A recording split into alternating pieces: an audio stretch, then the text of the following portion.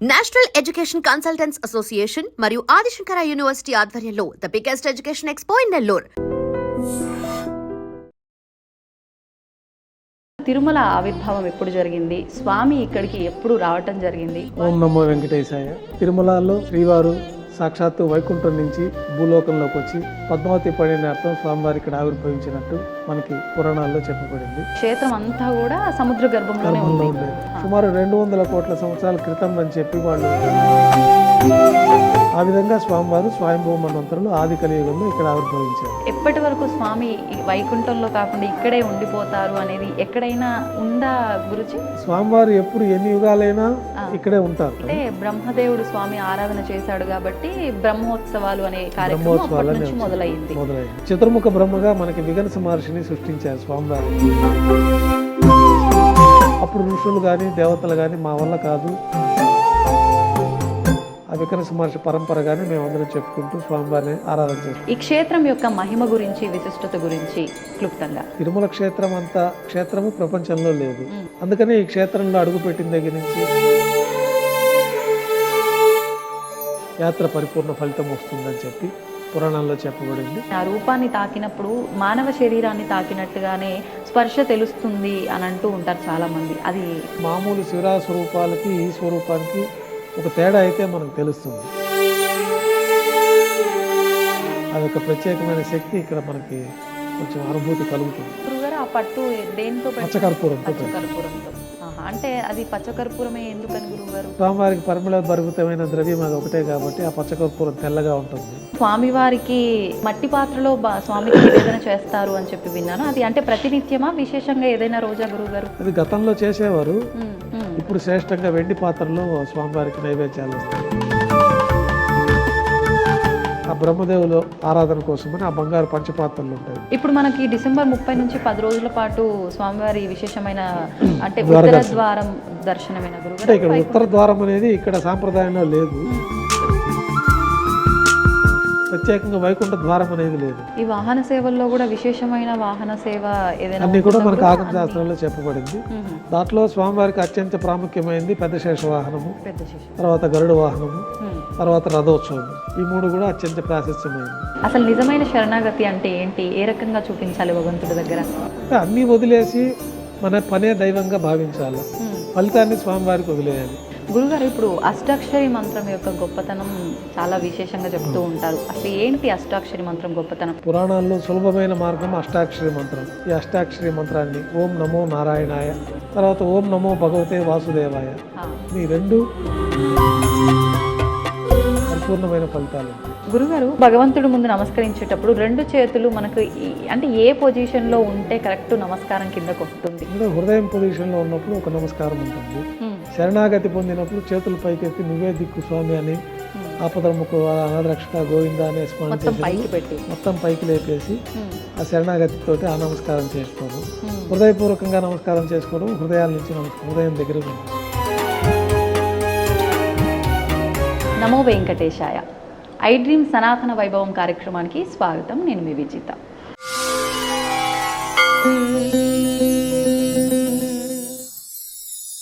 కలియుగ ప్రత్యక్ష దైవం సాక్షాత్తు వెంకటేశ్వర స్వామి అని చెప్పి పెద్దవాళ్ళు చెప్తూ ఉంటారు.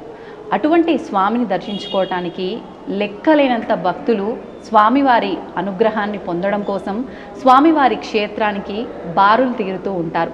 మరి అసలు స్వామివారి ఆవిర్భావం ఎలా జరిగింది, ఆలయ విశిష్టత ఏంటి, ఎంతమంది ఎన్ని రకాలుగా చెప్పినా మళ్ళీ మళ్ళీ స్వామివారి గురించి వినాలని అనిపిస్తుంది, మనకు తెలుసుకోవాలని అనిపిస్తుంది. దాన్ని కరెక్ట్గా చెప్పగలిగిన వ్యక్తి ఉంటే ఆ సమాచారాన్ని తీసుకోవడానికి నిజంగా మనకు ఎంత అదృష్టం ఉండి ఉంటుందో అనిపిస్తుంది. అటువంటి వ్యక్తే ప్రస్తుతం నాతో పాటు ఉన్నారు. తిరుమల శ్రీవారి ఆలయ ప్రధాన అర్చకులు వేణుగోపాల్ దీక్షితులు గారు. ఇప్పుడు గురువుగారితో మాట్లాడి క్లుప్తంగా స్వామివారికి సంబంధించిన వివరాలు కానివ్వండి, క్షేత్రానికి సంబంధించిన విశిష్టతలు, మహిమల గురించి సవివరంగా అడిగి తెలుసుకునే ప్రయత్నం చేద్దాం. నమో వెంకటేశాయ స్వామి. గురుగారు, స్వామి గురించి చెప్పాలంటే అసలు మాటలే సరిపోవని చెప్పాలి. అసలు ముందుగా తిరుమల అనంటే పెద్దవాళ్ళ నుంచి చిన్నవాళ్ళ వరకు ఎటువంటి తారతమ్యం లేకుండా ఎప్పుడు స్వామిని చూస్తామా అనే ఒక ఆతృతతో ఉంటూ ఉంటారు. అంటే విశేషంగా ఈ క్షేత్రానికి ఒక ఆకర్షణ ఉంది అని కూడా చెప్తుంటారు. మనం ఇవన్నీ మాట్లాడుకోబోయే ముందు అసలు తిరుమల ఆవిర్భావం ఎప్పుడు జరిగింది, స్వామి ఇక్కడికి ఎప్పుడు రావటం జరిగింది, వాటి గురించి మాట్లాడుకుందాం. ఓం నమో వెంకటేశాయ. భక్తులందరికీ శ్రీవారి ఆశీస్సులు ఎల్లవేళలా ఉండాలని కోరుకుంటూ, తిరుమలలో శ్రీవారు సాక్షాత్తు వైకుంఠం నుంచి భూలోకంలోకి వచ్చి పద్మావతి పడినార్థం స్వామివారి ఇక్కడ ఆవిర్భవించినట్టు మనకి పురాణాల్లో చెప్పబడింది. స్వామివారు ఆవిర్భవించింది మనకి పంచాంగ గణనం ప్రకారం స్వయంభూ మన్వంతర కాలంలో ఆది కలియుగంలో స్వామివారి ఇక్కడ ఆవిర్భవించారన్నది పురాణాల ద్వారా తెలుస్తున్నది. ఆది మన్వంతరం అంటే సుమారుగా ఏ యుగంలో అలా ఏమైనా? అంటే మనకి పంచాంగ గణనం ప్రకారము 4 యుగాలు, కృతయుగము, ద్వాపరయుగము, త్రేతాయుగము, కలియుగము. ఈ 4 యుగాలు కలిపితే 43 లక్షల చిల్లర సంవత్సరాలు వస్తాయి. అట్లాంటివి 72 ఒక మనువు పరిపాలిస్తారు. స్వయంభూ మన్వంతరం నుంచి ప్రారంభమవుతుంది. స్వయంభూ మన్వంతరం అయిపోయింది. స్వారోచిష, ఉత్తమ, తామరస, రైవత, చాక్షుష. ప్రస్తుతం మనము వైవస్వత మన్వంతరంలో కలియుగంలో ప్రథమ పాదంలో ఉన్నాము. ఈ లెక్కల ప్రకారం 43,22,000 ఇంటూ 72 ఇంటూ 6 అయిపోయిన తర్వాత అది ఎంత వస్తుంది అనేది మనకి దాదాపు 200 కోట్ల సంవత్సరాలకు పైగానే వస్తుంది మనకి ఆ లెక్క చూస్తే. దానికి నిదర్శనంగా కూడా మనకి ఈ తిరుమల క్షేత్రములో శిలాస్వరూపాలు మన దీనికి ఇక్కడ సహజ శిలాతోరణం ఉన్నది. ఈ శిలల యొక్క స్వరూపం వయసు ఎంత అన్నది కూడా ఆర్కియాలజీ వాళ్ళు నిర్ధారణ చేస్తున్నారు. ఇదంతా కూడా ఒకప్పుడు సముద్ర గర్భంలో ఉండేదని, దీని శిలల వయసు సుమారు 200 కోట్ల సంవత్సరాలకి పూర్వం అనేసి. అంటే ఈ శేషాచల కొండలు అని చెప్పుకునే క్షేత్రం అంతా కూడా సముద్ర గర్భంలోనే ఉండేది. సుమారు 200 కోట్ల సంవత్సరాల క్రితం అని చెప్పి వాళ్ళు, ఇప్పుడు మన శిలాతోరణాన్ని మీరు దర్శించినట్లయితే అక్కడ ఆర్కియాలజీ డిపార్ట్మెంట్ వాళ్ళు దాన్ని పరిశోధించి డిక్లరేషన్ అక్కడ పెట్టున్నారు. మనకి పురాణాల ప్రకారం కూడా ఆ స్వయంభూ మన్వంతరము ఆది కలియుగంలో స్వామివారి ఇక్కడ ఆవిర్భవించారని చెప్పడానికి ఈ యొక్క శిలాజాల వయసును కూడా మనకు నిర్ధారణ చేసుకుంటే 2 సరిపోతాయి. ఆ విధంగా స్వామివారు స్వయంభూ మన్వంతరంలో ఆది కలియుగంలో ఇక్కడ ఆవిర్భవించారు. మామూలు కృతయుగంలో, ద్వాపరయుగంలో, త్రేతాయుగంలో యజ్ఞయాగాదులు చేసి ఎన్నో సంవత్సరాల పాటు తపస్సు చేస్తే కానీ స్వామి అనుగ్రహం కలగదు. ఈ యొక్క పరిణామాన్ని బట్టి ఈ కలియుగ ప్రారంభంలో స్వామివారి ఈ విధంగా ఆవిర్భవించి భక్తుల్ని సులభంగా నామస్మరణ చేతనే వాళ్ళకి ముక్తిని ప్రసాదించడం, స్వామివారిని శరణాగతి పొంది నామస్మరణ చేసుకుంటూ ఉన్న వాళ్ళని సదా స్వామివారి కాపాడి వాళ్ళకి మోక్షాన్ని ప్రసాదించడం కార్యక్రమాలు కూడా ఈ కలియుగంలో జరుగుతూ ఉంటుంది. అంటే భక్తుల కోరికలు తీర్చడం కోసమే స్వామి కలియుగంలో అవతరించారు అనుకోవచ్చా మీరు అన్నట్టుగా? లేదంటే రాముడు, కృష్ణుడు ధర్మాన్ని స్థాపించడం కోసం, అందరినీ ధర్మ మార్గంలో తీసుకెళ్లడం కోసం ఏ రకంగా అయితే మానవ అవతారంలో వచ్చారో అలా స్వామి కూడా వచ్చారు అనుకోవచ్చా? స్వామివారు అయితే భక్తజన రక్షణ కోసమే భూలోకంలో అవతరించారు ఈ కలియుగంలో. మనకి ఆ యుగాల్లో అంత కష్టమైతే కానీ స్వామివారి అనుగ్రహం కలగదు. దేవతలు, ఋషులందరూ వెళ్ళి వైకుంఠంలో శ్రీ మహావిష్ణువుని వేడుకుంటారు. స్వామి, ఈ యొక్క కలియుగంలో మీరు అర్చావతార స్వరూపంగా ఆవిర్భవించి భూలోకంలో ధర్మం 3 పాదాల్లో ఉంటుంది కాబట్టి మీరు భక్తులను రక్షించడానికి, భక్తులను అనుగ్రహించడానికి ఒక మార్గాన్ని చెప్పండి అంటే స్వామివారు సాక్షాత్తు వైకుంఠం నుంచి శ్రీ వైకుంఠంలో విరక్తి చెంది భూలోకంలో వచ్చినట్టే మనకు శ్లోకాల్లో కూడా శ్రీ వైకుంఠ విరక్తాయ స్వామి పుష్కరిణీ తటే రమయ రమమానాయ వెంకటేశాయ మంగళం అంటారు. అర్థం ఏంటి గురుజీ? శ్రీ వైకుంఠంలో విరక్తి చెంది స్వామివారు భూలోకంలో భక్తుల రక్షణ కోసం ఆవిర్భవించారని చెప్పి, ఈ వెంకటాచల పర్వతాల్లో ఆవిర్భవించారని చెప్పి మనకి ఆ యొక్క శ్లోకం అర్థం. అట్లాగే స్వామివారు భక్తుల రక్షణ కోసం వాళ్ళందరికీ మాట ఇచ్చి పద్మావతి పండినార్థంగా ఈ భూలోకానికి వచ్చి మహావిష్ణువు వైకుంఠాన్ని వదిలి ఈ భూలోకానికి వస్తారు. యజ్ఞఫలం అందించాలని చెప్పి మనకి భృగు మహర్షి ప్రయత్నం చేయడము, వారు వెళ్ళి బ్రహ్మ, శివుళ్ళు, విష్ణు మహర్షిని పరీక్షించడము, ఆ పరీక్షలో శ్రీవారికే ఈ యొక్క మహావిష్ణువుకే యజ్ఞఫలాన్ని అందించాలని నిర్ణయం చేయడము. ఈ కార్యక్రమాల తర్వాత స్వామివారు భూలోకానికి వచ్చి ఇక్కడ పద్మావతి పండినార్థమై ఈ తిరుమల క్షేత్రంలో పద్మావతి పండిన అయిన తర్వాత స్వామివారి ఇక్కడ అర్చావతార శాలిగ్రామ శిలాస్వరూపంగా ఆవిర్భవించారన్నది మనకి పురాణాల ద్వారా తెలుసు. మహావిష్ణువే ఇక్కడ ఇప్పుడు వైకుంఠంలో లేరు. మహావిష్ణువు సాక్షాత్తు కలియుగ వైకుంఠమైన ఈ తిరుమల క్షేత్రంలోనే ఉన్నారనేది మనకి పురాణాలు, శాస్త్రాలు కూడా తెలియజేస్తూ ఉన్నాయి. ఎప్పటి వరకు స్వామి వైకుంఠంలో కాకుండా ఇక్కడే ఉండిపోతారు అనేది ఎక్కడైనా ఉందా గురుజీ? స్వామివారు ఎప్పుడు ఎన్ని యుగాలైనా ఇక్కడే ఉంటారు. ఇక్కడే ఉంటారు. దానికి నిదర్శనంగానే మనకి త్రేతాయుగంలో రాముల వారి అవతారం ఉంది. అవును. రాముల వారికి ఆంజనేయ స్వామి వారు అత్యంత సేవకులుగా సేవలు అందిస్తారు. ఆంజనేయ స్వామి తల్లి మనకి ఇక్కడ వచ్చి అంజనాదేవి తపస్సు చేసినట్లుగా, అందుకను ఆంజనేయ స్వామి పుత్రుడిగా లభించినట్టు కూడా మనకి పురాణాల ద్వారా తెలుస్తూ ఉన్నది. ఆంజనేయ స్వామి, అందుకే మనకు అంజనాద్రి అనే ఒక పర్వతం కూడా ఉన్నది ఇక్కడ. 7 కొండల్లో అంజనాద్రి అనే ఒక పర్వతం కూడా ఉంది. అట్లాగే విశేషంగా దశరథ మహారాజు కూడా వచ్చి పుష్కరిణిలో స్నానం ఆచరించినట్లు కూడా మనకి పురాణాల్లో తెలుస్తూ ఉంటుంది. అంటే ఆది కలియుగంలో స్వామివారు ఆవిర్భవించిన అన్ని యుగాలలో స్వామివారు ఇక్కడ తిరుమల క్షేత్రంలోనే ఉన్నారని చెప్పి ఎంతో మంది ఋషులంతా కూడా ఆయా యుగాలలో వచ్చి స్వామివారిని దర్శించుకొని స్వామివారి అనుగ్రహాన్ని పొందారన్నది కూడా మనకి పురాణాల ద్వారా మనకి ఈ విషయాలన్నీ తెలియపరుస్తాయి. ఇప్పుడు స్వామివారు అంటే విశేషంగా ఇక్కడ ఆవిర్భవించడానికి కొన్ని రకాల రీజన్స్ చెప్తూ ఉంటారు. అంటే ఏదో పర్పస్ మీద, అంటే అమ్మవారి కోసమో ఏదో ఒక పర్పస్ భక్తుడి కోసమో ఇక్కడికి రావడం జరిగింది. వచ్చిన వెంటనే స్వామివారు ఇక్కడ ఉండాల్సిన ఒక విధానం ఏర్పడింది, అందుకే ఇక్కడ ఉండిపోయారు. ఇలా కొన్ని విధానాలు వింటూ ఉంటాం. అది ఎంతవరకు వాస్తవం గురించి? భక్తుల రక్షణార్థమే స్వామివారు భూలోకంలో ఈ కలియుగంలో ధర్మం 3 పాదాల్లో ఉంటుంది. ఈ కలియుగంలో మానవులకు కూడా జీవిత కాలం కూడా చాలా తక్కువగా ఉంటుంది. మిగతా యుగాలలో వాళ్ళకి జీవితకాలం ఎక్కువ, ఇక్కడ జీవితకాలం తక్కువ ఉంటుంది. ధర్మం 3 పాదాల్లో ఉంటుంది.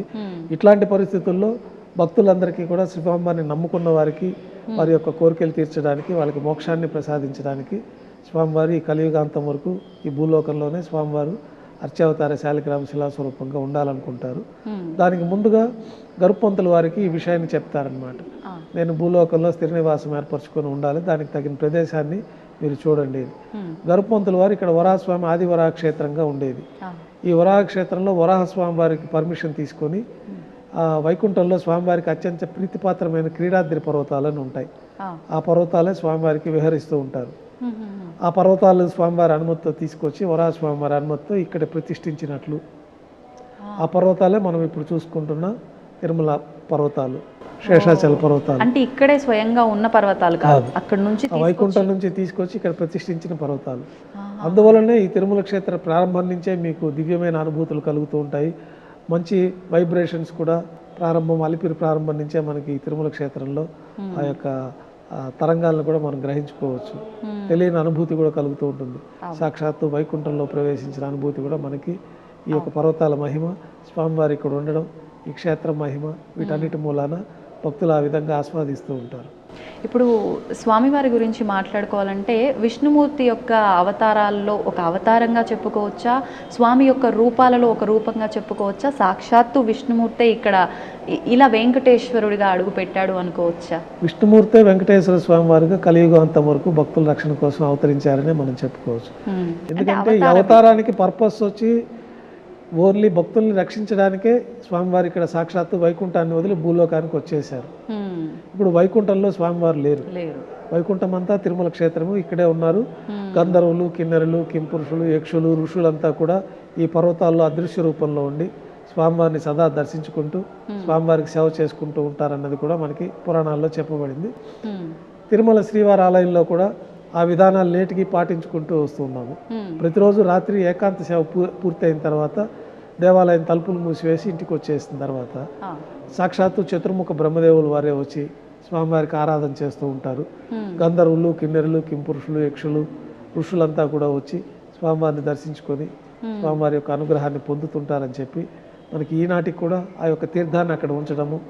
అట్లాగే స్వామివారు వైకుంఠం నుంచి ఇక్కడికి వచ్చి పద్మావతి అమ్మవారిని వివాహం చేసుకున్న తర్వాత కన్యామాసం శ్రవణ నక్షత్రం రోజున ఇక్కడ శిలాస్వరూపంగా ఆవిర్భవించారని చెప్పి ఆ ప్రతీకగానే బ్రహ్మదేవుల వారే ఈ యొక్క స్వామివారికి ఆరాధనలు, బ్రహ్మోత్సవాలు కూడా నిర్వహించారని చెప్పి, అందుకే బ్రహ్మోత్సవాలు అని చెప్పి మనం ప్రతి ఏటా అత్యంత వైభవంగా స్వామివారికి 9 రోజుల పాటు పుట్టినరోజు వేడుకలలాగా మనం ఆ యొక్క బ్రహ్మోత్సవాలు నిర్వహిస్తూ ఉంటాం. అంటే బ్రహ్మదేవుడు స్వామి ఆరాధన చేశాడు కాబట్టి బ్రహ్మోత్సవాలు అనే కార్యక్రమం అప్పటి నుంచి మొదలైంది.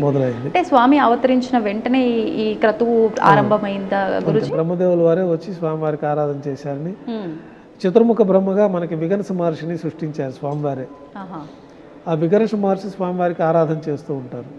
నవబ్రహ్మంలో విఘనస మహర్షి కూడా చతుర్భుజాలతోటి సాక్షాత్తు శ్రీ మహావిష్ణువు యొక్క స్వరూపంలో నుంచి ఆవిర్భవించి, అంటే ఈ ఋషులందరూ వెళ్ళి స్వామివారిని కలియుగాంతం వరకు మీరు భూలోకంలో ఉండి భక్తులను రక్షించాలని కోరినప్పుడు నాకు వాళ్ళు ఋషుల్ని దేవతలందరినీ పిలిచి తగిన విధి విధానాలు పూజా విధానాలు ఇవి ఏర్పాటు చేస్తే నేను ఉంటాను, దానికి తగిన శాస్త్రాన్ని మీరు ఏర్పాటు చేయవలసిందని వాళ్ళందరినీ కోరుతారు. అప్పుడు ఋషులు కానీ దేవతలు కానీ మా వల్ల కాదు, తమరికి సంతృప్తికరంగా సేవలు అందించే విషయంలో దానికి తగిన మార్గాలు నిర్దేశం చేయడంలో మాకు ఆ శక్తి సరిపోదని చెప్పి స్వామివారిని మీరే దీనికి ఒక తరుణోపాయాన్ని ఆలోచించి చెప్పాల్సిందిగా కోరుతారు. అప్పుడు వారి ఆత్మస్వరూపంలో నుంచి శ్రీ విఘర్ష మహర్షి చతుర్భుజాలతోటి శంకుచక్రాలతో చతుర్భుజాలతో స్వామివారిని విఘర్ష మహర్షిగా ఒక స్వరూపాన్ని ఆవిర్భవింపచేస్తారు. ఆ విఘర్ష మహర్షి భృగు, అత్రి, కశ్యప, మరీచి మహర్షులు పెట్టుకొని ఈ యొక్క స్వామివారి ఆరాధన విధానాలు, స్వామివారి దేవాలయం ఎట్లా నిర్మాణం చేయాలా, విమానార్చన కల్పము, అట్లాగే ఈ వైఘానసులుగా ఆయన పరంపరకు సంతతికి చెందిన మేమందరం కూడా వైఘానసులుగా స్వామివారి ఆరాధన చేస్తూ ఉంటాము. ఆ విఘర్ష మహర్షి పరంపరే మేమందరం కూడా ఇక్కడ ఆచరిస్తూ ఆ విఘర్ష మహర్షి పరంపరగానే మేమందరం చెప్పుకుంటూ స్వామివారిని ఆరాధన చేసుకుంటూ ఉంటాం. మీది ఎన్నో తరం గురువు గారు ఆ మహర్షి పరంపరలో? మహర్షి పరంపర అనాదిగా ఉన్నది. మనకు తెలిసి కలియుగంలో మనకి జ్ఞానం వచ్చి స్వామివారిని గోపీనాథ్ దీక్షితులు అని చెప్పి మా మూల పురుషులు ఇక్కడ స్వామివారి స్వామి పుష్కరిణి దగ్గర ఉన్న వరాహస్వామికి ఆరాధన చేసుకుంటూ ఉంటారు. అయితే ఈ యుగాలన్నీ ప్రళయాలు వచ్చి ఒక్కొక్క యుగం పూర్తి అయిపోతూ ఉంటుంది. మనం ఎన్నో వేల యుగాలకు ముందే ఇక్కడ స్వామివారు ఉన్నారని, ప్రతి యుగంలోనూ ఈ విధంగా స్వామివారు ఈ ప్రళయాలు వచ్చి ఈ భూమండలం అంతా కూడా సముద్ర గర్భంలోకి వెళ్ళిపోవడం, తర్వాత యుగం ప్రారంభంలో సృష్టి మొదలవ్వడం, జీవగణాలకి మనుష్య గణాలకి తగిన వాతావరణాన్ని ఏర్పరచడం, ఇవంతా కూడా స్వామివారు వరాహస్వామివారు అనే స్వరూపంతో చేస్తూ ఉంటారు. ఈ వరాహస్వామివారు కూడా ఈ భూమండలం అంతా సముద్ర గర్భంలో ఉన్నప్పుడు శ్రీ మహావిష్ణువు ముక్కులో నుంచి ఒక చిన్న స్వేద బిందువులాగా ఒక బిందువు వచ్చి ఆ బిందువు ప్రళయాకారంగా వృద్ధి చెంది ఈ సముద్ర గర్భంలో ఉన్న ఈ యొక్క భూమండలాన్ని భూమాతను తీసుకొచ్చి తిరిగి జీవన విధానానికి ఏర్పాటు చేసిన విధంగా మనకి పునఃసృష్టి జరిగినట్లుగా చేయడం అనేది కూడా మనకి వరాహ అవతారం ప్రాముఖ్యంలో తెలుస్తూ ఉంటుంది. అందువల్ల ఈ భూమండలానికి అధిపతిగా వరాహస్వామి వారిని మనం ప్రార్థన చేసుకుంటూ ఉంటాం. స్వామివారి పైన ముక్కు పైన హిరణ్యాక్షులు అనే ఒక రాక్షసుని సంహరిస్తారు సముద్ర గర్భంలో. హిరణ్యాక్షుడు, హిరణ్యకశిపులు వీళ్ళంతా కూడా స్వామివారికి ఒక శాపం వల్ల శత్రువులుగా కొన్ని యుగాలు మీరు మాకు ఉంటారా, మిత్రులుగా కొన్ని యుగాలు ఉంటారంటే శత్రువులుగానే తక్కువ యుగంలో మీకు మళ్ళా ద్వారపాలకులుగా మేము వచ్చేస్తామని చెప్పడము. కానీ ఎవరైనా భక్తుడిగా ఉండాలనుకుంటారు కానీ వారెందుకని వరం అలా కోరుకొని ఉంటారు గురుజీ? అంటే వాళ్ళకి ఇన్ని యుగాల పాటు మీరు శత్రువుగా ఉంటే కొద్ది సమయం, తక్కువ సమయంలో మీరు తిరిగి నా యొక్క వైకుంఠంలో ప్రవేశించవచ్చు. మిత్రులుగా ఉన్నారంటే ఎక్కువ కాలము మిత్రత్వంగానే ఉండాల్సి ఉంటుంది, కానీ వైకుంఠంలో ప్రవేశం ఉండదు అనేది అప్పుడు వారి మధ్య ఒడంబడిక. దాన్ని వారు ద్వారపాలకులు లేదు, మేము శత్రువుగా ఉండైనా తిరిగి మేము అంతకాలం భరించలేము మిమ్మల్ని వదిలి, కాబట్టి త్వరగా మీ వైకుంఠంలో వచ్చి ద్వారపాలకులుగా మేము ఉంటామని చెప్పి హిరణ్యాక్షుడు, హిరణ్యకశిపుల రూపంలో వాళ్ళందరూ కూడా అల్లకల్లోలం సృష్టిస్తూ ఉంటారు.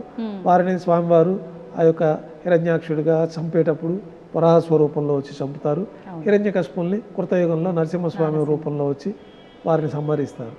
ఈ విధంగా మనకు పురాణాల్లో చెప్పబడింది. మరి అంతటి వాళ్ళ వరం ప్రకారమే వాళ్ళు అంటే స్వామికే విరుద్ధంగా ఒక వరం కోరుకొని అలా వాళ్ళు స్వామివారి చేతుల్లోనే ఇంకొక అవతారంలో వధించబడ్డారు.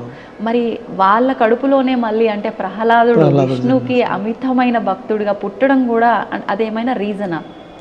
అదే వాళ్ళ సంహారానికి ఒక మార్గం కావాలి కాబట్టి మనకి హిరణ్యకశిపులు వారు విష్ణువుని ద్వేషిస్తూ ఉంటారు కాబట్టి తానే భగవంతుడు అనే కోరికల వల్ల బ్రహ్మదేవుడి దగ్గర తపస్సు చేసి ఈ యొక్క మరణం అనేది లేకుండా అందరికీ అధిపతి తానే నేనే దేవుడు అనే వరాన్ని వాళ్ళు పొంది ఉంటారు కాబట్టి వారి కడుపులోనే వాళ్ళకి ఈ ప్రహ్లాదుడి రూపంలో జన్మించడము, ఆ ప్రహ్లాదుడు విష్ణు భక్తితో ఉండడము, తర్వాత హిరణ్యకశిపుల వారికి కోపం రావడము, వారిని నానా విధాలుగా ప్రహ్లాదుడిని హింసించడము, ఆ సమయంలో స్వామివారు సదా ప్రహ్లాదుడిని కాపాడుకుంటూ రావడము, చివరిగా ఆయన్ని సంహరించాలంటే ఈ భూమండలం మీద కానీ ఆకాశంలో కానీ సముద్రంలో కానీ నేలలో కానీ ఇట్లా మృత్యువు లేకుండా కోరికలు కోరి ఉంటారు. అందుకనే స్వామివారు ఆయన తొడలపైన కూర్చోపెట్టుకొని మానవ రూపంలో కానీ వేరే రూపంలో కానీ చావుకు ఉండకూడదు, దేవతల రూపంలో కానీ ఆ కోరికలన్నిటి మీదట స్వామివారు నరనారసింహ రూపంలో వచ్చి ఈ యొక్క హిరణ్యాక్షుడిని సంహరించి హిరణ్యకశిపుని సంహరించి ప్రహ్లాదుడికి ముక్తిని ప్రసాదిస్తారు. అంటే ప్రతిదీ ఏం జరిగినా కూడా అది దాని వెనకాల ఒక ఆంతర్యంతో స్వామి సృష్టించిన విధానం ఇదంతా కూడా ఓకే. మీరు అన్నట్టుగా ఇందాక ఒక మాట అన్నారు, అంటే కలియుగంలో స్వామి నామస్మరణే చాలు, ముందటి యుగాలలాగా హోమాలు, యాగాలు, యజ్ఞాలు అవసరం లేదు. అంటే కలో వెంకట నాయక అంటూ ఉంటారు, దానికి అర్థం అదేనా? దాన్ని ఏ రకంగా అర్థం చేసుకోవచ్చు? అంటే కలియుగంలో వెంకటేశ్వర స్వామి ప్రథమ దేవత, కలో వెంకటనాయక. అట్లాగే వెంకటాద్రి సంస్థానం బ్రహ్మాండే నాస్తి కించన, వెంకటేశ సమోదేవో నభూతో నభవిష్యతి. ఈ వెంకటాచల పర్వతాలు అంత పవిత్రమైన ప్రదేశం లేదు, ఈ వెంకటేశ్వర స్వామి వారి మించిన దైవం లేదనేది మనకి పురాణాల్లో కూడా చెప్పబడింది. అదే వెంకటాద్రి సంస్థానం బ్రహ్మాండే నాస్తి కించన, ఈ బ్రహ్మాండంలో ఇంతకు మించిన సంస్థానం లేదు. వెంకటేశ సమోదేవో నభూతో నభవిష్యతి. ముందు కానీ తర్వాత కానీ ఇంతటి మహిమాన్వితమైన దేవతామూర్తులు, అంత సమానమైన దేవతలు ఎవరు లేరన్నది కూడా మనకి పురాణాల ద్వారా తెలుస్తూ ఉంటుంది. అందువల్లే స్వామివారిని గోవిందనామ స్మరణ చేతనే ఆయనాన్ని శరణాగతి పొందిన వారికి సమస్తమైన కోరికలను తీర్చడం. భక్తులందరూ కూడా గతంలో చాలా పరిమిత సంఖ్యలో వచ్చేవాళ్ళు, జీవితకాలంలో ఒక్కసారి వచ్చి స్వామిని దర్శించుకుంటేనే వాళ్ళ జీవితం ధన్యమైపోయిందని భావించే పరిస్థితులు ఉండేవి. తర్వాత ఈ సౌకర్యాలు పెరగడము, స్వామివారి అనుగ్రహం చేత వాళ్ళందరూ తిరిగి తిరుమల క్షేత్రాన్ని సందర్శించడము, వారి కోరికలన్నీ కూడా పరిపూర్ణంగా తీర్చుకోవడం, సంపూర్ణమైన ఆనందంతో తిరిగి వారి గ్రామాలకు వెళ్ళడం జరుగుతూ ఉంటుంది. ఆ స్వామివారి అనుగ్రహము ప్రతి భక్తుడికి స్వీయ అనుభవాలు ఎన్నో విధాలుగా అనుభవించి ఉంటారు. అందుకే తిరిగి స్వామివారిని వచ్చి దర్శనం చేసుకుంటూ ఉంటారు. అంటే తిరిగి వస్తున్నప్పటికీ అసలు ఫస్ట్ మొదటగా అడుగు పెట్టాలన్నా కూడా స్వామి ఆయన పిలుచుకుంది, అసలు ఈ క్షేత్ర ప్రాంగణంలో కూడా అడుగు పెట్టడానికే వీలు లేదు, ఆయన పిలుచుకుంటాడు భక్తులను అలా అంటారు. అది వాస్తవమే అంటారా? అంతే అండి. స్వామివారి అనుగ్రహం లేదే మనకు స్వామి దర్శనం లభించదు. మనం కోరుకుంటే ఆయన దర్శనం రాదు. స్వామివారు అనుగ్రహిస్తేనే మనకి దర్శనం వస్తుంది. అనుగ్రహం రావాలంటే మనం సదా ఆయన్ని నమ్మి శరణాగతి పొంది నువ్వే దిక్కు స్వామి అని మనం బయలుదేరితే తప్పకుండా స్వామివారి వారికి ఎలాంటి ఇబ్బందులు లేకుండా దర్శనాలంతా కూడా జరిగి స్వామివారి యొక్క అనుగ్రహాన్ని కూడా పొందే మార్గాలన్నీ కూడా స్వామివారే సూచిస్తారు. ఓకే గురుగారు, ఇప్పుడు క్షేత్రం అనగానే అంటే వెళ్ళి ఒక ద్వారం నుంచి వచ్చే అంత చిన్న క్షేత్రం అయితే ఏం కాదు. సాక్షాత్తు స్వామివారు 7 కొండల పైన కొలువై ఉన్నారు. ఈ క్షేత్రం యొక్క మహిమ గురించి, విశిష్టత గురించి క్లుప్తంగా. తిరుమల క్షేత్రం అంత క్షేత్రము ప్రపంచంలో లేదు. ఇంతటి స్వామి ప్రపంచంలో మరెవరూ సాటి రారు. అందుకనే ఈ క్షేత్రంలో అడుగుపెట్టిన దగ్గర నుంచి వాళ్ళల్లో ఉండే సమస్తమైన దోషాలు తొలగిపోవడము. ఈ తిరుమల క్షేత్రంలో మొట్టమొదటిసారిగా కూడా ఈ క్రమం ఎట్లా చెప్పబడి ఉందంటే, ఈ స్వామివారికి స్థలం ఇస్తారు. ఇచ్చినప్పుడు స్వామివారు అక్కడ ఉత్తర నైరుతి భాగంలో, దక్షిణ నైరుతి భాగంలో స్వామివారు ఆవిర్భవించి ఉంటారు. అయితే గోపీనాథ దీక్షల వారికి వరాహస్వామి చెప్తారు, ఈ కలియుగాంతంలో, ఈ కలియుగ ప్రారంభంలో స్వామివారు అక్కడ ఉన్నారన్న సంగతి మనకు తెలియదు కదా. అప్పుడు ఆయనకి మన గోపీనాథ్ దీక్షితుల వారు, మా మూల పురుషులకి, ఈ వరాహస్వామి వారి దక్షిణ నైరుతిలో చింత చెట్టు కింద వాల్మీకం అంటే పాము పుట్ట కింద స్వామివారు శిలాస్వరూపం ఉన్నది. అర్చావతార స్వరూపంగా స్వామివారి శిలాస్వరూపమైన స్వరూపం అక్కడ ఉంది. మీరు ప్రతిష్ఠించి ఆగమన ప్రకారంగా ఆరాధనలు చేయవలసిందని ఆజ్ఞాపిస్తారు. తర్వాత గోపీనాథ్ దీక్షితుల వాళ్ళు రంగదాసుడు అనే భక్తుని ద్వారా వెళ్ళి అక్కడ స్వామివారిని తీసుకొని ప్రతిష్ఠించి ఫస్ట్ దారోష్ణమైన గోక్షీరంతో స్వామివారికి అభిషేకం గావించి ఆగమోక్తంగా ప్రతిష్ఠ జరుగుతుంది. ఆనాటి నుంచి నేటి వరకు కూడా వైఖానస భగవత్ శాస్త్రం ప్రకారమే స్వామివారికి ఆరాధన జరుగుతూ ఉంటుంది. ఈ వరాహ స్వామివారికి ఇక్కడ స్థలం ఇచ్చేక ముందు ఒక ఒడంబడిక ఏర్పాటు చేసుకుంటారు. ఏంటి గురువుగారు? ముందుగా వరాహ స్వామివారికే దర్శనం చేసుకోవాలి. వరాహస్వామిలో పుష్కరిణిలో స్నానం ఆచరించడం, తర్వాత వరాహస్వామి వారి దర్శనం చేసుకోవడము, తర్వాతనే శ్రీ వెంకటేశ్వర స్వామి వారి దర్శనం చేసుకుంటే యాత్ర పరిపూర్ణ ఫలితం వస్తుందని చెప్పి పురాణాల్లో చెప్పబడి ఉంది. ఆ యొక్క సాంప్రదాయం ప్రకారం నేటికి కూడా ముందుగా శ్రీ వరాహస్వామి వారికే పూజలు ప్రారంభమవుతాయి. ముందుగా నైవేద్యం కూడా వరాహస్వామి వారికి నైవేద్యం అయిన తర్వాతనే స్వామివారికి నైవేద్యం జరపబడుతూ ఉంటుంది. ఈ మహిమాన్వితమైన క్షేత్రంలో భక్తులందరూ కూడా వచ్చి స్వామివారి యొక్క దివ్యమంగళ శక్తిని, స్వామివారి యొక్క స్వరూపాన్ని దర్శించుకొని క్షణకాలం దర్శించుకుంటారు. మళ్ళీ స్వరూపం అనేది గుర్తుండదు. మళ్ళీ వెనక్కి తిరిగి స్వామివారిని దర్శించుకోవాలనే ఒక అనుభూతి వాళ్ళకి ఎక్కువగా ఉంటుంది. ఎందుకని అంటారు గురువుగారు అలా? అంటే ఆ సాక్షాత్తు శాలిగ్రామ శిలా స్వరూపము అతీతమైన శక్తి కళ స్వరూపం కాబట్టి అది మనకి మనసులో నిలబడదు ఆ స్వరూపం. మళ్ళీ ఇంకొకటి కూడా గురువుగారు, అంటే అందరూ చెప్తూనే ఉంటారు అక్కడ పురోహితులు ప్రతి ఒక్కరూ, సెక్యూరిటీ వాళ్ళు, సిబ్బంది ఎవరైనా ఉన్నా కూడా కళ్ళు మూసుకొని అస్సలు స్వామిని మీరు దర్శించుకోవద్దు, కళ్ళు తెరిచి చూడండి అని. అయినా కూడా తెలియకుండానే రాగానే కళ్ళు మూసుకొని నమస్కారం చేస్తూ ఉంటాము. వచ్చే దగ్గర నుంచి అక్కడ స్వామి ముందుకు వచ్చే వరకు ఎన్నెన్నో కోరికలు అనుకుంటూ వస్తాము మనసులో. అక్కడికి వచ్చేసరికి అసలు ఏమీ గుర్తుండవు, అన్నీ మర్చిపోతాము. ఎందుకంటారు అలా? అంటే తెలియకుండానే స్వామివారిని మనసులో నిలుపుకోవాలని చెప్పి వాళ్ళు కళ్ళు మూసుకోవడం అనేది వాళ్ళకి తెలియకుండానే జరుగుతుంది. కానీ మనం స్వామివారిని ఆపాదమస్తకం పాదాల నుంచి శిరస్సు వరకు దర్శనం చేసుకోవాలన్నది మనకి ఆగమ శాస్త్రాల్లో చెప్పవచ్చు. పాదాది మూర్ధ పర్యంతమని మనకి పాదాల నుంచి స్వామివారిని దర్శన క్రమం కూడా ఆ విధంగా తెలియపరుచున్నది. భక్తులందరూ కూడా ఆ క్షణకాలంలో స్వామివారిని దర్శించుకున్న దాంట్లో ఈ యొక్క ఏమేమి కోరుకోవాలనుకున్నారో కూడా అన్నీ మర్చిపోతారు. అయితే వారు కోరుకోకపోయినా వారికి ఏం కావాలో స్వామివారు తప్పకుండా వాళ్ళు అనుకున్న దానికంటే ఎక్కువగానే ప్రసాదిస్తారు. చాలామందికి అది స్వీయ అనుభవం ఉంటుంది. మనం 100 రూపాయల లాభం కోరుకుంటే స్వామివారు 1000 రూపాయల లాభం, 1,00,000 రూపాయల లాభం ఇవ్వదలుచుకుంటారు. కాబట్టి ఆ విధంగా స్వామివారి అనుగ్రహం ఇంతమంది లక్షల మంది భక్తులకు కూడా స్వీయంగా అనుభవాలు అయ్యి వాళ్ళు తిరిగి వచ్చి స్వామివారిని దర్శించుకుంటారు. అయితే స్వామివారు అట్లా దర్శనం చేసుకొని పక్కకు రాగానే మళ్ళీ తిరిగి చూడాలనిపిస్తుంది. అది ఆ స్వామివారి యొక్క శక్తి. ఆలయంలో ఉండే ఆ తరంగాలంతా కూడా దివ్యమైన శక్తి తరంగాలన్నీ ఉంటాయి. అవును. ఇప్పుడు అంటే తిరుమల క్షేత్రానికి రావాలి అని అంటే ఎన్నెన్నో వ్యయ ప్రయాసలతో, ఎన్నో కష్టాలతో, ఎంతెంతో సేపు క్యూ లైన్లలో ఉండి ఇబ్బంది పడి చాలా అంటే విసిగిపోతూ ఉంటారు కొంతమంది. అవన్నీ స్వామివారికి ముందు గర్భగుళ్ళ ముందరకు వచ్చేసరికి అన్నీ మర్చిపోతారు. ఎందుకు అంటే ఆయన ముగ్ధ మనోహరమైన రూపం చూసి అట్లా అందరూ కూడా నిలబడిపోతారు ఒక క్షణం అని చెప్పొచ్చు. ఒక్కసారి ఆయన రూపం గురించి మనం మాట్లాడుకుందాం విశేషంగా. అంటే స్వామి శంఖ చక్రాలతో ఎంత అందంగా ఒక్కొక్క రోజు ఒక్కొక్క అలంకరణతో, ఒక్కొక్క రకమైన ఆభరణంతో కనువిందు చేస్తూ ఉంటారు భక్తులందరినీ కూడా. వాటి గురించి ఏ రోజున ఎటువంటి అలంకారాలు ఉంటాయి, ఏంటి వాటి గురించి? స్వామివారు ఈ భూలోకంలో సాక్షాత్తు మహావిష్ణువు వచ్చి పద్మావతి దేవిని పెళ్లి చేసుకున్న తర్వాత మహావిష్ణువే శిలాస్వరూపం అయిపోయారు. అయినప్పుడు స్వామివారు దోవతి కట్టుకొని ఉంటారు. ఆ దోవతి అట్లాగా మనకి ఇప్పుడు శిలాస్వరూపంలో దర్శించుకోవచ్చు. వేళ్ళన్నిటికీ ఉంగరాలు ఉంటాయి. 10 వేళ్ళకి ఉంగరాలు వేసుకొని ఉంటారు స్వామివారు. ఆ ఉంగరాలతో పాటే శిలాస్వరూపం అయ్యారు కాబట్టి ఆ ఉంగరాలు కూడా మనం స్వామివారి యొక్క శిలాస్వరూపంలో దర్శించుకోవచ్చు. అట్లాగే కాలికి మెట్టెలు, అందెలు, పాగడాలు. స్వామివారి వక్షస్థలంలో మహాలక్ష్మి అమ్మవారు వ్యూహలక్ష్మి రూపంగా సూక్ష్మ స్వరూపంలో వేంచేసి ఉంటారు.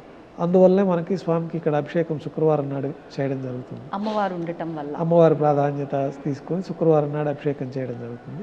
శుక్రవారం నాడు మూలవర్ల అభిషేకంతో పాటు వక్షస్థలంలో ఉన్న మహాలక్ష్మి అమ్మవారికి కూడా విశేషంగా పసుపు జలంతో అభిషేకం జరుగుతుంది. అట్లాగే స్వామివారి కిరీటాన్ని ధరించే శిలాస్వరూపం అయ్యారు కాబట్టి కిరీటంతో పాటే స్వామివారు మనకి ఆ స్వరూపాన్ని మనం శాలిగ్రామ శిలాస్వరూపంగా దర్శించుకోవచ్చు. యజ్ఞోపవీతం ఉంటుంది, నాగాభరణ ఆభరణాలు ఉంటాయి, దశావతార వడ్డాణాలు, ఇవన్నీ కూడా స్వామివారి ఆభరణాలతోటే మనం శిలాస్వరూపంలో దర్శించుకోవచ్చు. అవన్నీ మనకు తెలియాలని చెప్పి మనకి రాజులు ఈ భక్తులందరూ ఆభరణాలు చేయిస్తే ఆభరణాలని మనం బంగారు స్వర్ణాభరణాలుగా స్వామివారికి అలంకరణ చేస్తాం. అంటే సాక్షాత్తు ఇప్పుడు ఒక మానవ రూపంలో అంతా అలంకరించుకొని స్వామి మన ముందు ఉంటే ఎలా ఉన్నారో ఆ రకంగా స్వామివారు విగ్రహ రూపంలోకి మారిపోయారు కాబట్టి అదే విధమైన అలంకరణలు నిత్యము చేస్తూ ఉంటారు. మనం కావాలంటే ఆ స్వరూపాన్ని ఒక శుక్రవారం నాడు మాత్రమే అభిషేకం సేవ దొరికిన వాళ్ళకి మాత్రమే స్వామివారి ఆభరణాలు కానీ వస్త్రాలు కానీ ఏమీ లేకుండా శాలిగ్రామ శిలా స్వరూపాన్ని మనం శుక్రవారం రోజు మాత్రమే. కానీ చాలా మంది భక్తులు గురువారం రోజు స్వామి ఆభరణాలతో ఉండరు, ఆ రోజే నిజ రూప దర్శనం. అయితే ఆ రోజు దోవతి ఉత్తరీయం వేసుకొని ఉంటారు స్వామివారు. కాబట్టి స్వామివారి యొక్క సహజ స్వరూపాన్ని మనము ఈ దోవతి ఉత్తరీయం కప్పబడి ఉంటుంది కాబట్టి ఆ రోజు కంటే శుక్రవారం నాడు పూర్తిగా అవి కూడా తీసేసి స్వామివారికి ఒక కౌపీనం మాత్రమే పెట్టి అభిషేకం చేస్తాము. ఆ రోజు ఇంకా సంపూర్ణంగా స్వామివారి యొక్క దోవతి, ఆ దోవతి కట్టిన విధానంలో ఉండే మడతలు ఇవన్నీ కూడా శిలాస్వరూపంలో మనం దర్శించుకోవచ్చు. ఇప్పుడు స్వామివారి విగ్రహానికి సంబంధించి కూడా భక్తులలో అంటే ఎవరు చూశారు, ఎవరు విన్నారు, ఎవరు చెప్పారో మరి వాళ్ళు ఊహించుకున్నారో తెలియదు కానీ చాలా సందేహాలు. మరి అవి నిజాలా లేదంటే మూఢనమ్మకాలా, వాళ్ళకి నోటికి వచ్చినట్టు మాట్లాడుతున్నారా, అసలు వాస్తవం ఏంటనేది తెలియదు గురుగారు. స్వామివారి వెనకాల ప్రాంతం ఎప్పుడు కూడా తడిగానే ఉంటుంది అని చెప్పి, స్వామివారి వెనకాల వెంట్రుకలు ఉంటాయి అని చెప్పి రకరకాలుగా మాట్లాడుతూ ఉంటారు. అవన్నీ ఎంతవరకు వాస్తవాలు? స్వామివారి వెనకాల వెంట్రుకలు ఉండడం అనేది అవాస్తవమే. అది ఏదో తెలియకుండా వారు ప్రచారం చేసుకుంటూ ఉంటారు. స్వామివారు వెంట్రుకలన్నీ కూడా శిలాస్వరూపంలో కలిసిపోయి ఉంటాయి. భుజాల వరకు కేశాలు ఉంటాయి స్వామివారికి, అయితే అది శిలాస్వరూపంలోకి మారిపోయి ఉంటుంది. మనకి మానవుడికి ఉన్నట్టు సహజమైన వెంట్రుకలు అక్కడ ఉండవు కాబట్టి శిలాస్వరూపంలో వెంట్రుకలు అనేది మారిపోయి ఉంటుంది. స్వామివారికి వెనకాల తడి ఉండడము, వెనకాల పూలు వేస్తే అది ఎక్కడో పోయి తేలుతుందండము, ఇవన్నీ కూడా వారు ఏదో కొంచెం ప్రచారంలో చేస్తూ ఉంటారు. వాళ్ళకి అనుభూతి అట్లా అనిపించి చేయడమే కానీ వాస్తవానికి అట్లేమీ ఉండదు. స్వామివారి వెనకాలంతా మేము ఉండి వెనకాల నుంచే స్వామివారికి ఆభరణాలు ముడివేయడము, ఈ అభిషేకం చేసేటప్పుడు స్వామివారి దివ్యమంగళ స్వరూపం అంతా కూడా మనం పరిమళ ద్రవ్యాలతోటి మర్దనం చేయడము, తర్వాత ఈ తైల లేపనం, పురుగు తైలం లేపనం చేయడము, ఈ కార్యక్రమం స్వామి మొహానికి మాత్రమేనా మొత్తం బాగా శరీరం అంతా కూడా శుక్రవారం నాడు చేస్తాము. ప్రతిరోజు మొహానికి మాత్రమే ఈ పురుగు తైలం లేపనం చేయడం జరుగుతుంది. ఎందుకని గురువుగారు విశేషంగా ఈ తైలం రాయడం? వర్చస్సు తేజస్సు బాగా భక్తులకు దర్శనం కోసం అని అనాది నుంచి ఆ పద్ధతిని మనం అవలంబిస్తూ ఉన్నాము. అదేవిధంగా ఈరోజు కూడా మనం స్వామివారికి పునుగు తైలం లేపనం చేయడం అనే కార్యక్రమం సుప్రభాత సేవలో చేస్తాము. స్వామివారిని దర్శించుకునేటప్పుడు స్వామి ఎటు సైడ్ నుంచి నించొని చూస్తున్నా కూడా నా సైడే చూస్తున్నాడు, స్వామి నన్ను చూసి నవ్వుతున్నాడు, ఎంత చక్కటి ఆ నవ్వు కదా అనిపిస్తుంది. అంటే ప్రతి ఒక్కళ్ళు అదే భావన కలుగుతుంది. నిజంగా స్వామి నవ్వుతారా? ఆ విగ్రహం, ఆ ముఖమే అలా అనిపిస్తుందా? ఎప్పుడు స్వామి నవ్వు ముఖం ప్రసన్నవదనంతోనే ఉంటారు. భక్తులకు కూడా వారికి ఆ విధంగానే దర్శనం. మనకి స్వామివారు కూడా మనకు ఆగమ శాస్త్రాల్లో చెప్పినట్లు పొద్దున బాల్యంలో ఉంటారు, బాల్యంలో, మధ్యాహ్నం నడి వయసులో ఉంటారు, సాయంకాలం పెద్దవారిగా ఉంటారు. ఆ 3 స్వరూపాల్లో మనకి స్వామివారు కనిపిస్తారు. అనుభూతి మేము వెళ్తూ ఉంటాం కాబట్టి మాకు అనుభూతి తెలుస్తుంది. పొద్దున బాల్యంలో ఉన్నట్టుగా స్వామివారు చక్కగా ఉంటారు, మధ్యాహ్నం యవ్వనంలో ఉన్నట్టు బాగా తేజవంతంగా ఉంటుంది, రాత్రిపూట కూడా పెద్దవారు మన తాతగారు, తండ్రి గారు, ముత్తాతలను చూసినట్లుగా మాకు ఆ అనుభూతి కూడా ఉంటుంది. భక్తులందరికీ కూడా స్వామివారు ఎప్పుడు ప్రసన్న వదనంతో దర్శనమిస్తారు. అవును.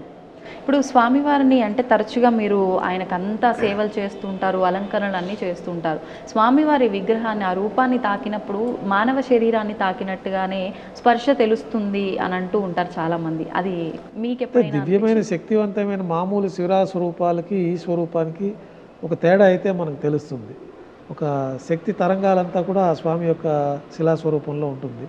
శాలిగ్రామ శిలాస్వరూపం, సాక్షాత్తు మహావిష్ణువే ఈ స్వరూపాన్ని పొంది ఉంటారు కాబట్టి ఆ దివ్యమైన శక్తి ఆ శిలాస్వరూపంలో ఉంటుంది.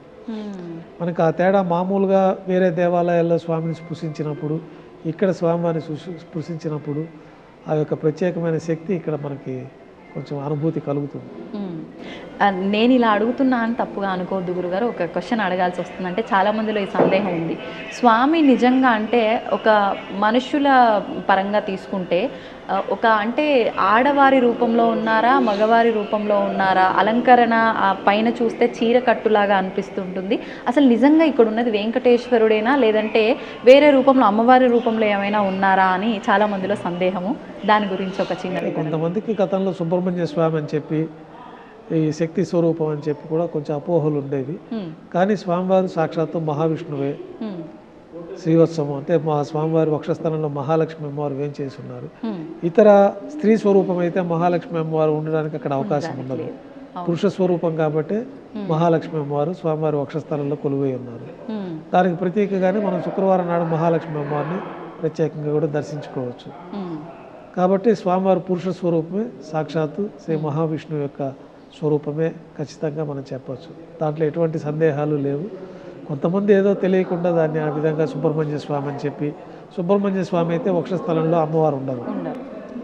స్వామివారి వక్షస్థలంలో అమ్మవారు ఉన్నారంటే మహాలక్ష్మి స్వరూపం ఉందంటేనే విష్ణు మహామూర్తి.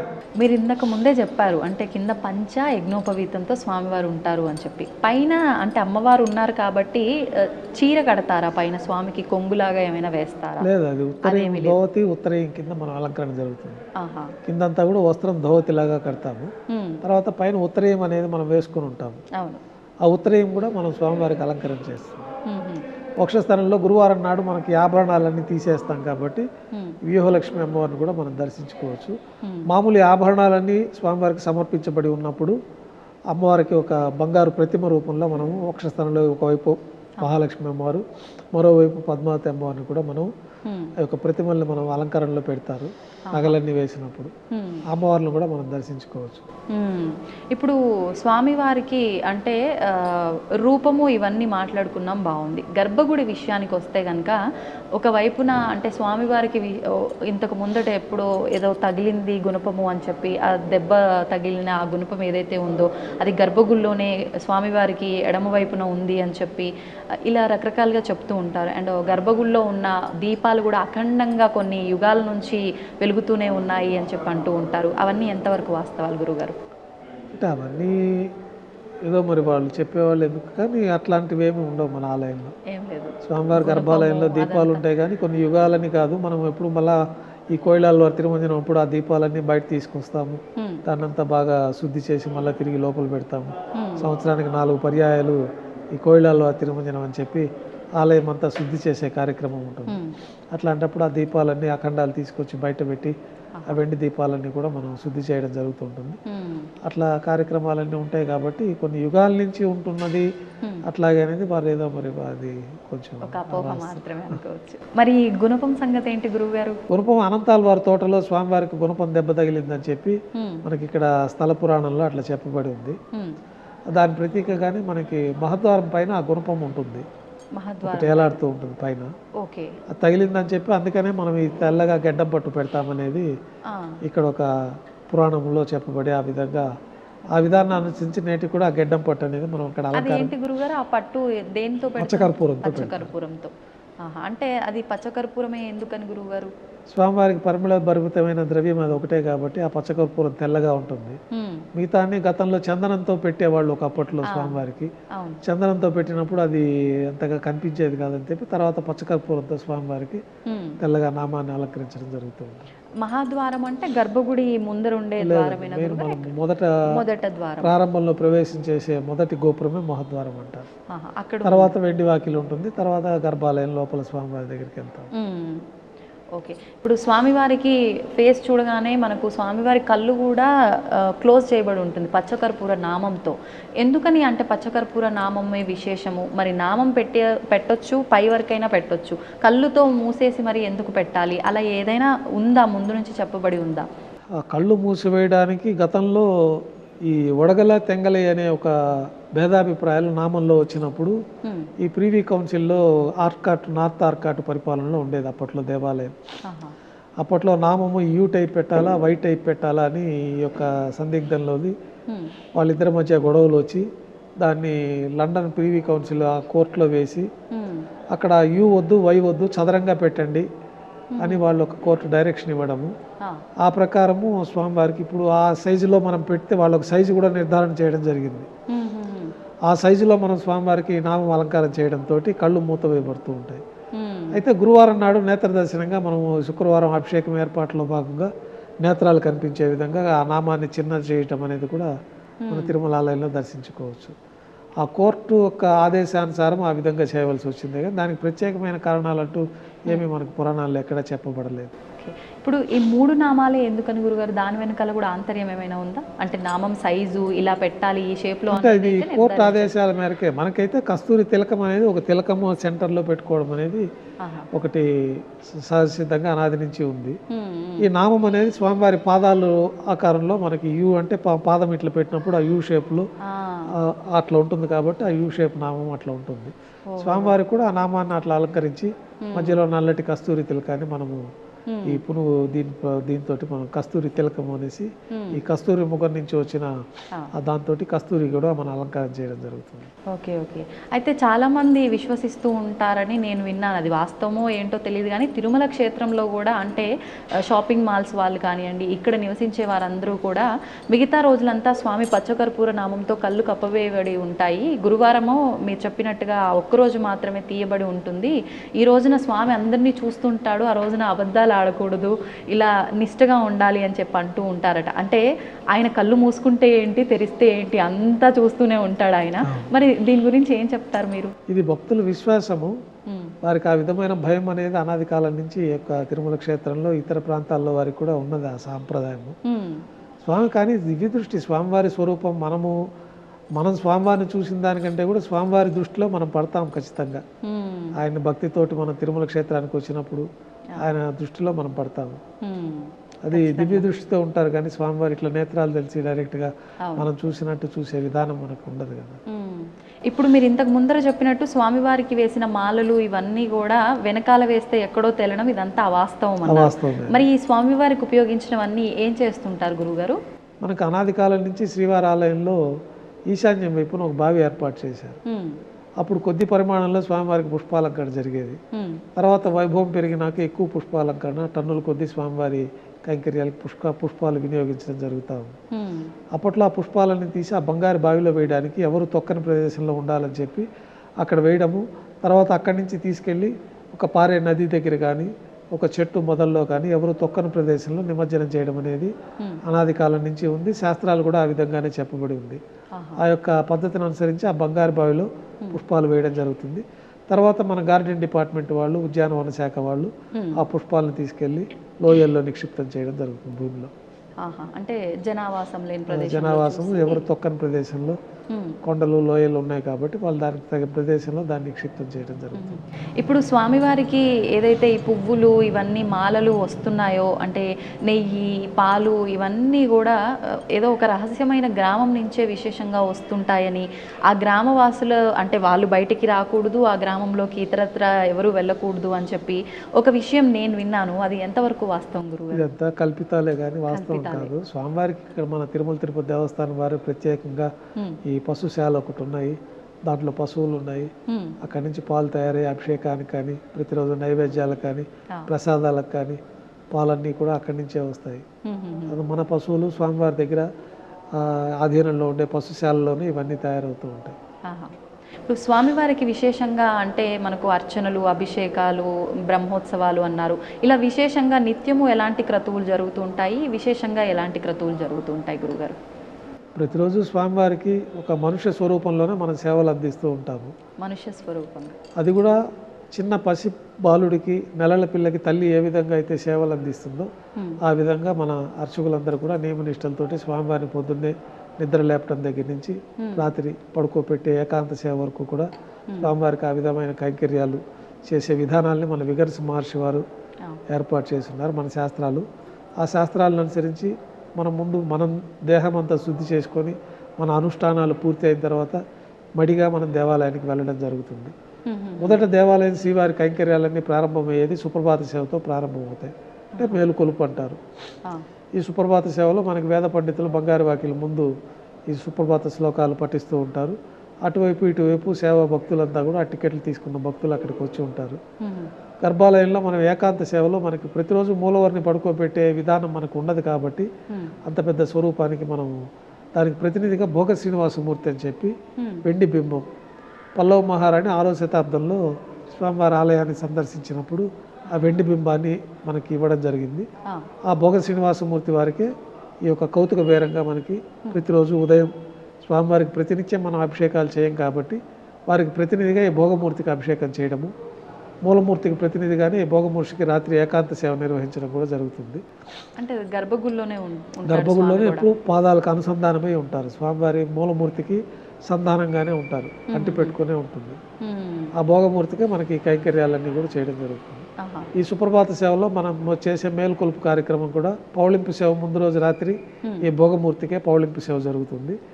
వాళ్ళని మేలుకొల్పి భోగమూర్తిని జీవస్థానంలో అంటే స్వామివారి పాదాల ముందు ప్రతిష్ఠించడం, తర్వాత దారోష్ణమైన గోక్షీరము అంటే అప్పుడే ఆవు నుంచి పిండి తీసుకొచ్చిన పాలని మొదట నైవేద్యంగా స్వామివారికి సమర్పించడం, తర్వాత నవనీత నైవేద్యంగా సమర్పించి ఈ విశ్వరూప దర్శనంతో మనకి సుప్రభాత సేవకులు అందరూ వచ్చిన భక్తులందరూ కూడా దర్శనం చేసుకుంటారు.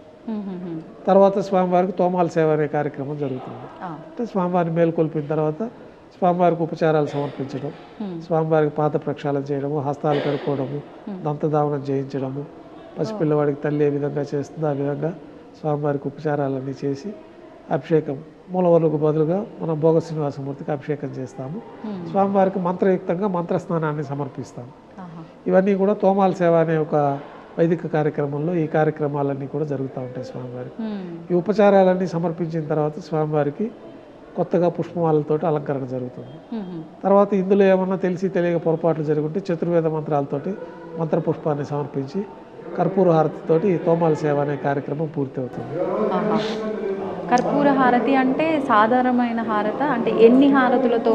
పచ్చ కర్పూర హారతి, నక్షత్ర హారతి, 27 నక్షత్రాలకు సంబంధించి నక్షత్ర హారతి అని ఒకటి ఉంటుంది.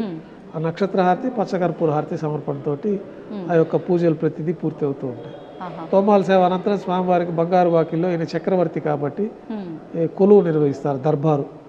పూర్వం రాజుల కొలువులు అంతా కూడా ఆ గ్రామ పురోహితులు, రాజుల ఆస్థాన పురోహితులు వీళ్ళందరూ కూడా వెళ్ళి ఉదయాన్నే రాజుగారు సింహాసనంపైకి రాగానే వారిని పరివిధాలుగా స్తుతించి ఆ రోజు తిథివార నక్షత్రాలతోటి పంచాంగ శ్రవణం వినిపించడము, ఆ రోజు విశేషమైన పర్వదినాలు ఉంటే ఆ కార్యక్రమాలంతా కూడా రాజుగారికి విన్నవించే కార్యక్రమం ఒకటి ఉంటుంది.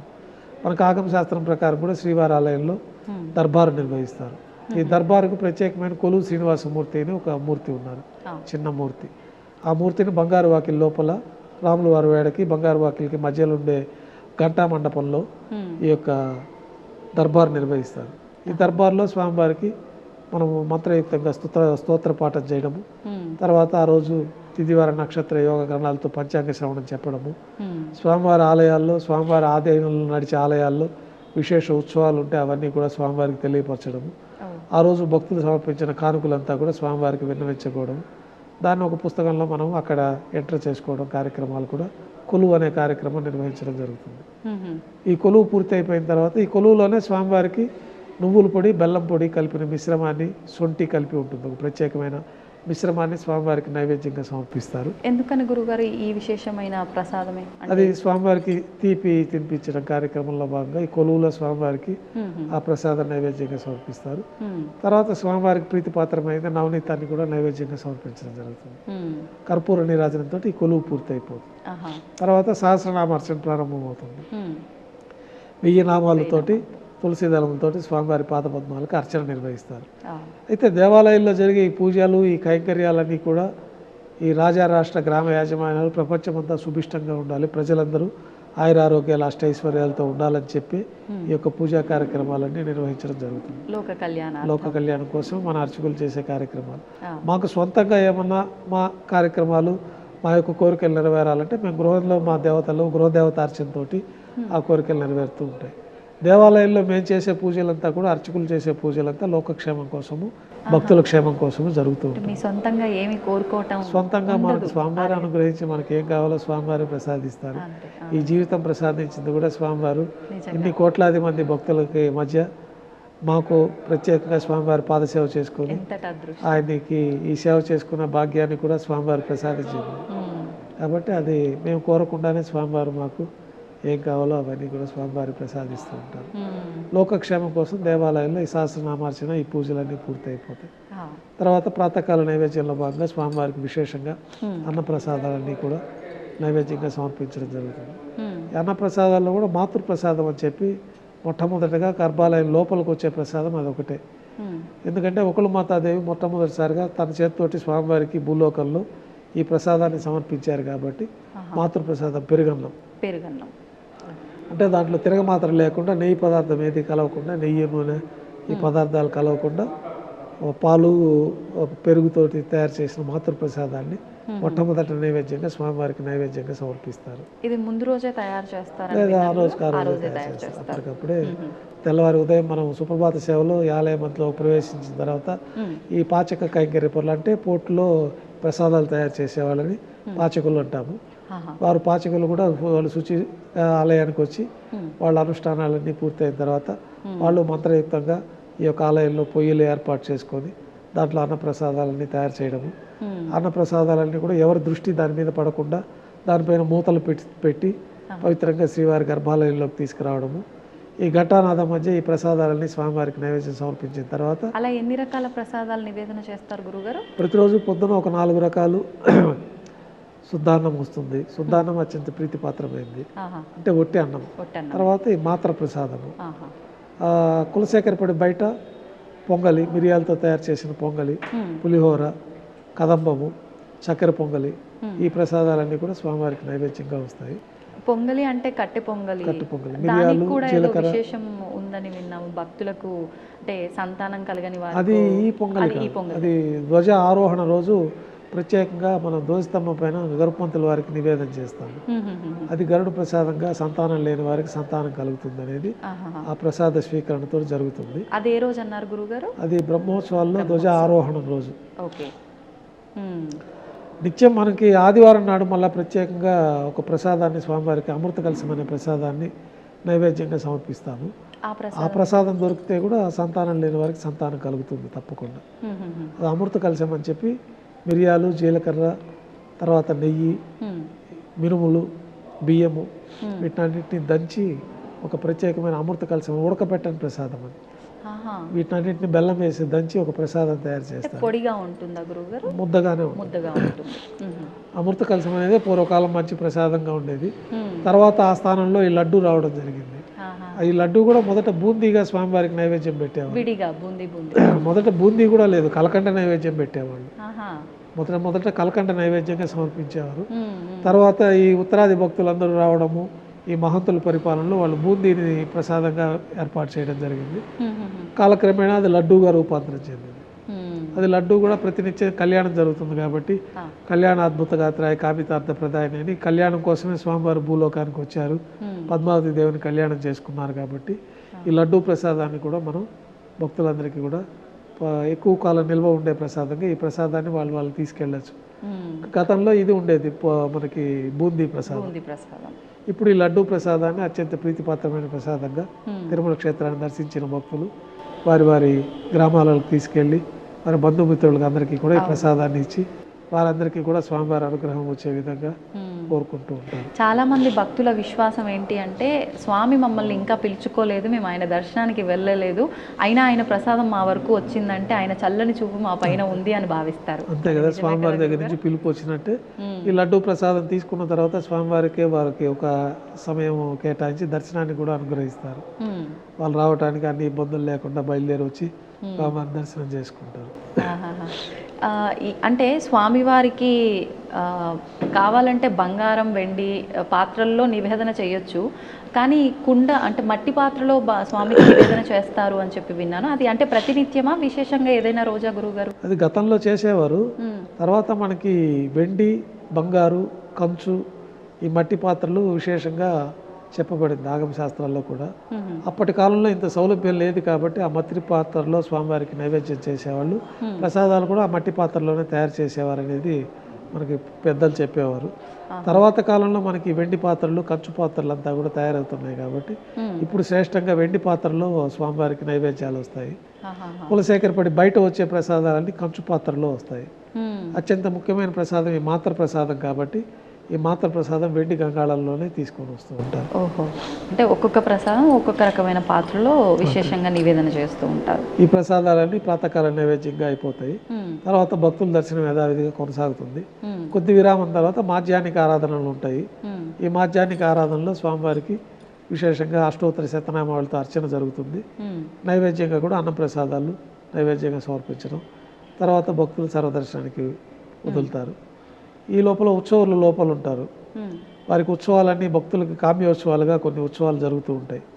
ఈ కామ్యోత్సవాలన్నీ ఉత్సవమూర్తులకే జరుగుతుంది. ఈ ఉత్సవమూర్తులు శ్రీదేవి భూదేవి సమేతంగా శ్రీ మలయప్ప స్వామివారు. మలయప్ప కోణంలో స్వామివారు కనపడి ఈ యొక్క విగ్రహాలు లభ్యమైనవి కాబట్టి మలయప్ప స్వామి అని పేరు వచ్చింది. ఎవరికి గురువు గారు? ఉత్సవమూర్తులు. ఉత్సవమూర్తికి అంటే ఒక రకంగా స్వామివారికి, స్వామివారి స్వరూపం. 5 రూపాలలో స్వామివారికి ఆరాధన చేస్తే విశేషంగా ఉంటుందని చెప్పి మనకు ఆగమ శాస్త్రాల్లో చెప్పబడింది. ఏ ఏ రూపాలు గురువు? ధ్రువమూర్తి అంటే మూలమూర్తి, కౌతుకమూర్తి అంటే భోగమూర్తి, ఉత్సవమూర్తి అంటే ఉత్సవర్లు మలయప్ప స్వామితో, స్నపనమూర్తి బలిమూర్తి. స్నపనమూర్తి అంటే మనకు దర్బార్ శ్రీనివాసమూర్తి, తర్వాత బలిమూర్తిగా మనకి ఉగ్ర శ్రీనివాసమూర్తిగా ఉన్నారు. ఈ 5 రూపాలలో స్వామివారికి ఆరాధనలు జరుగుతూ ఉంటాయి. 5 కూడా సాక్షాత్తు ఈ ఉత్సవ విగ్రహాలన్నీ కూడా బ్రహ్మదేవుల వారు ప్రతిష్ఠించిందనే చెప్తారు. అదే కాలగర్భంలో కలిసిపోయి భూమిలో కలిసిపోయిన తర్వాత మనకి మలయప్ప కోణంలో స్వామివారు తిరిగి లభ్యమవుతారు. అందువల్ల ఆ ఉత్సవమూర్తులు తీసుకొచ్చి మనం ఉత్సవమూర్తులుగా వారికి అన్ని ఉత్సవాలు, నిత్యోత్సవాలు, పక్షోత్సవాలు, మాసోత్సవాలు, సంవత్సరోత్సవాలు, బ్రహ్మోత్సవాలు అన్నీ కూడా స్వామివారికే జరుగుతుంది. ఈ భక్తులు ఏదైనా కోరికలు ఉండి వారు ఏదైనా సేవలు చేయించదలుచుకున్నప్పుడు మూలవర్లకు ఈ సేవలన్నీ చేయించే అవకాశం ఉండదు కాబట్టి ఈ ఉత్సవాలకు విశేషంగా ఆగమ శాస్త్రాల్లో చెప్పబడి ఉన్నాయి కొన్ని సేవలు. ఆ సేవలన్నింటినీ కూడా మనం శ్రీవారాలయంలో ఏర్పాటు చేయడం పెద్దవాళ్ళ కాలం నుంచి జరిగింది. మొట్టమొదటిగా కళ్యాణోత్సవాన్ని ఏర్పాటు చేశారు. ఈ భక్తులందరూ కూడా వాళ్ళ ఇంట్లో శుభ కార్యక్రమాలు జరగాలని, ఈ కళ్యాణం జరగాలన్నా ఇంకేదైనా శుభ కార్యక్రమాల కోసం కళ్యాణోత్సవం చేయించుకుంటే వారికి అన్ని శుభాలు జరుగుతాయని చెప్పి ఈ కళ్యాణోత్సవాన్ని ప్రవేశపెట్టడం జరిగింది. ఉభయ దేవాలతో ఈ మాధ్యానికి నివేదన పూర్తయిన తర్వాత మలయప్ప స్వామివారు కళ్యాణ మండపానికి వేంచేస్తారు.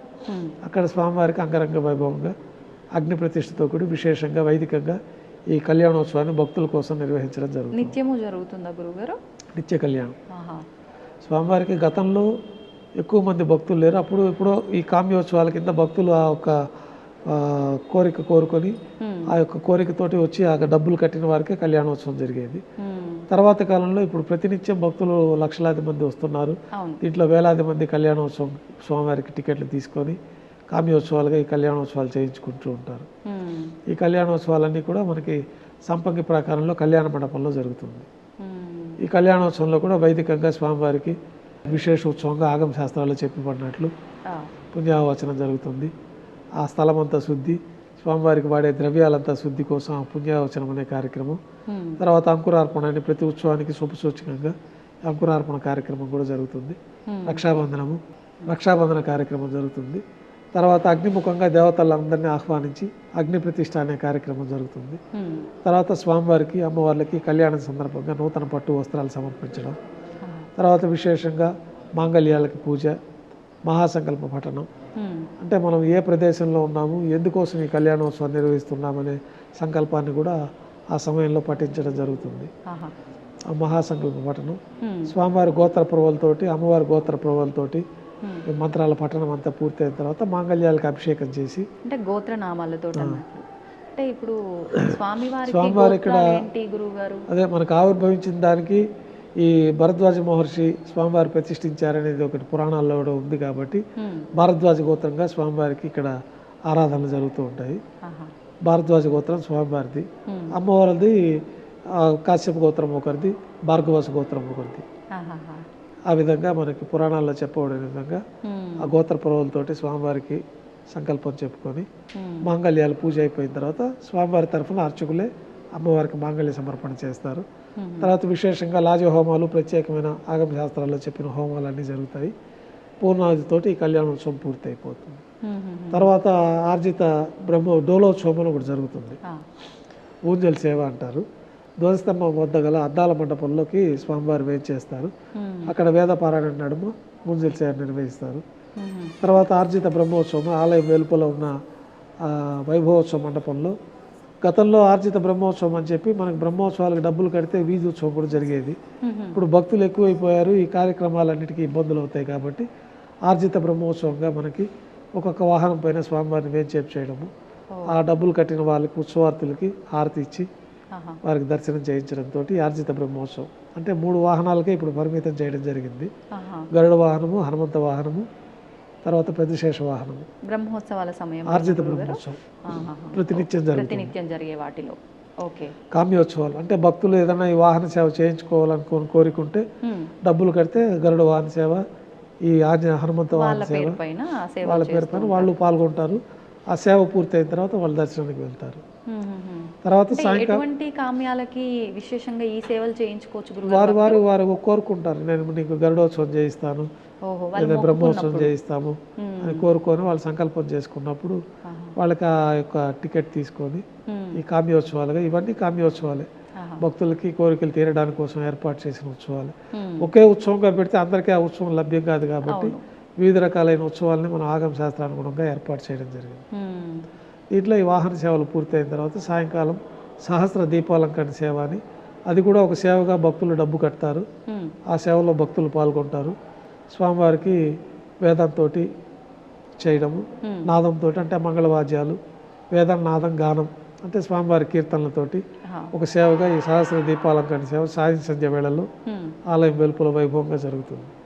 అది పూర్తి అయిపోయిన తర్వాత తిరువీధులు ఉత్సవం చేసుకొని భక్తులు అనుగ్రహిస్తారు. తర్వాత ఆలయంలోకి వేచి చేసిన తర్వాత రాత్రి తోమాల సేవ ఉదయం స్వామివారికి వేసిన పుష్పాలన్నీ తీసేయడము, ఆహా. గర్భాలయం అంతా శుద్ధి చేసుకోవడం, తిరిగి సాయంకాలం స్వామివారికి ఉపచారాలు సమర్పించడం.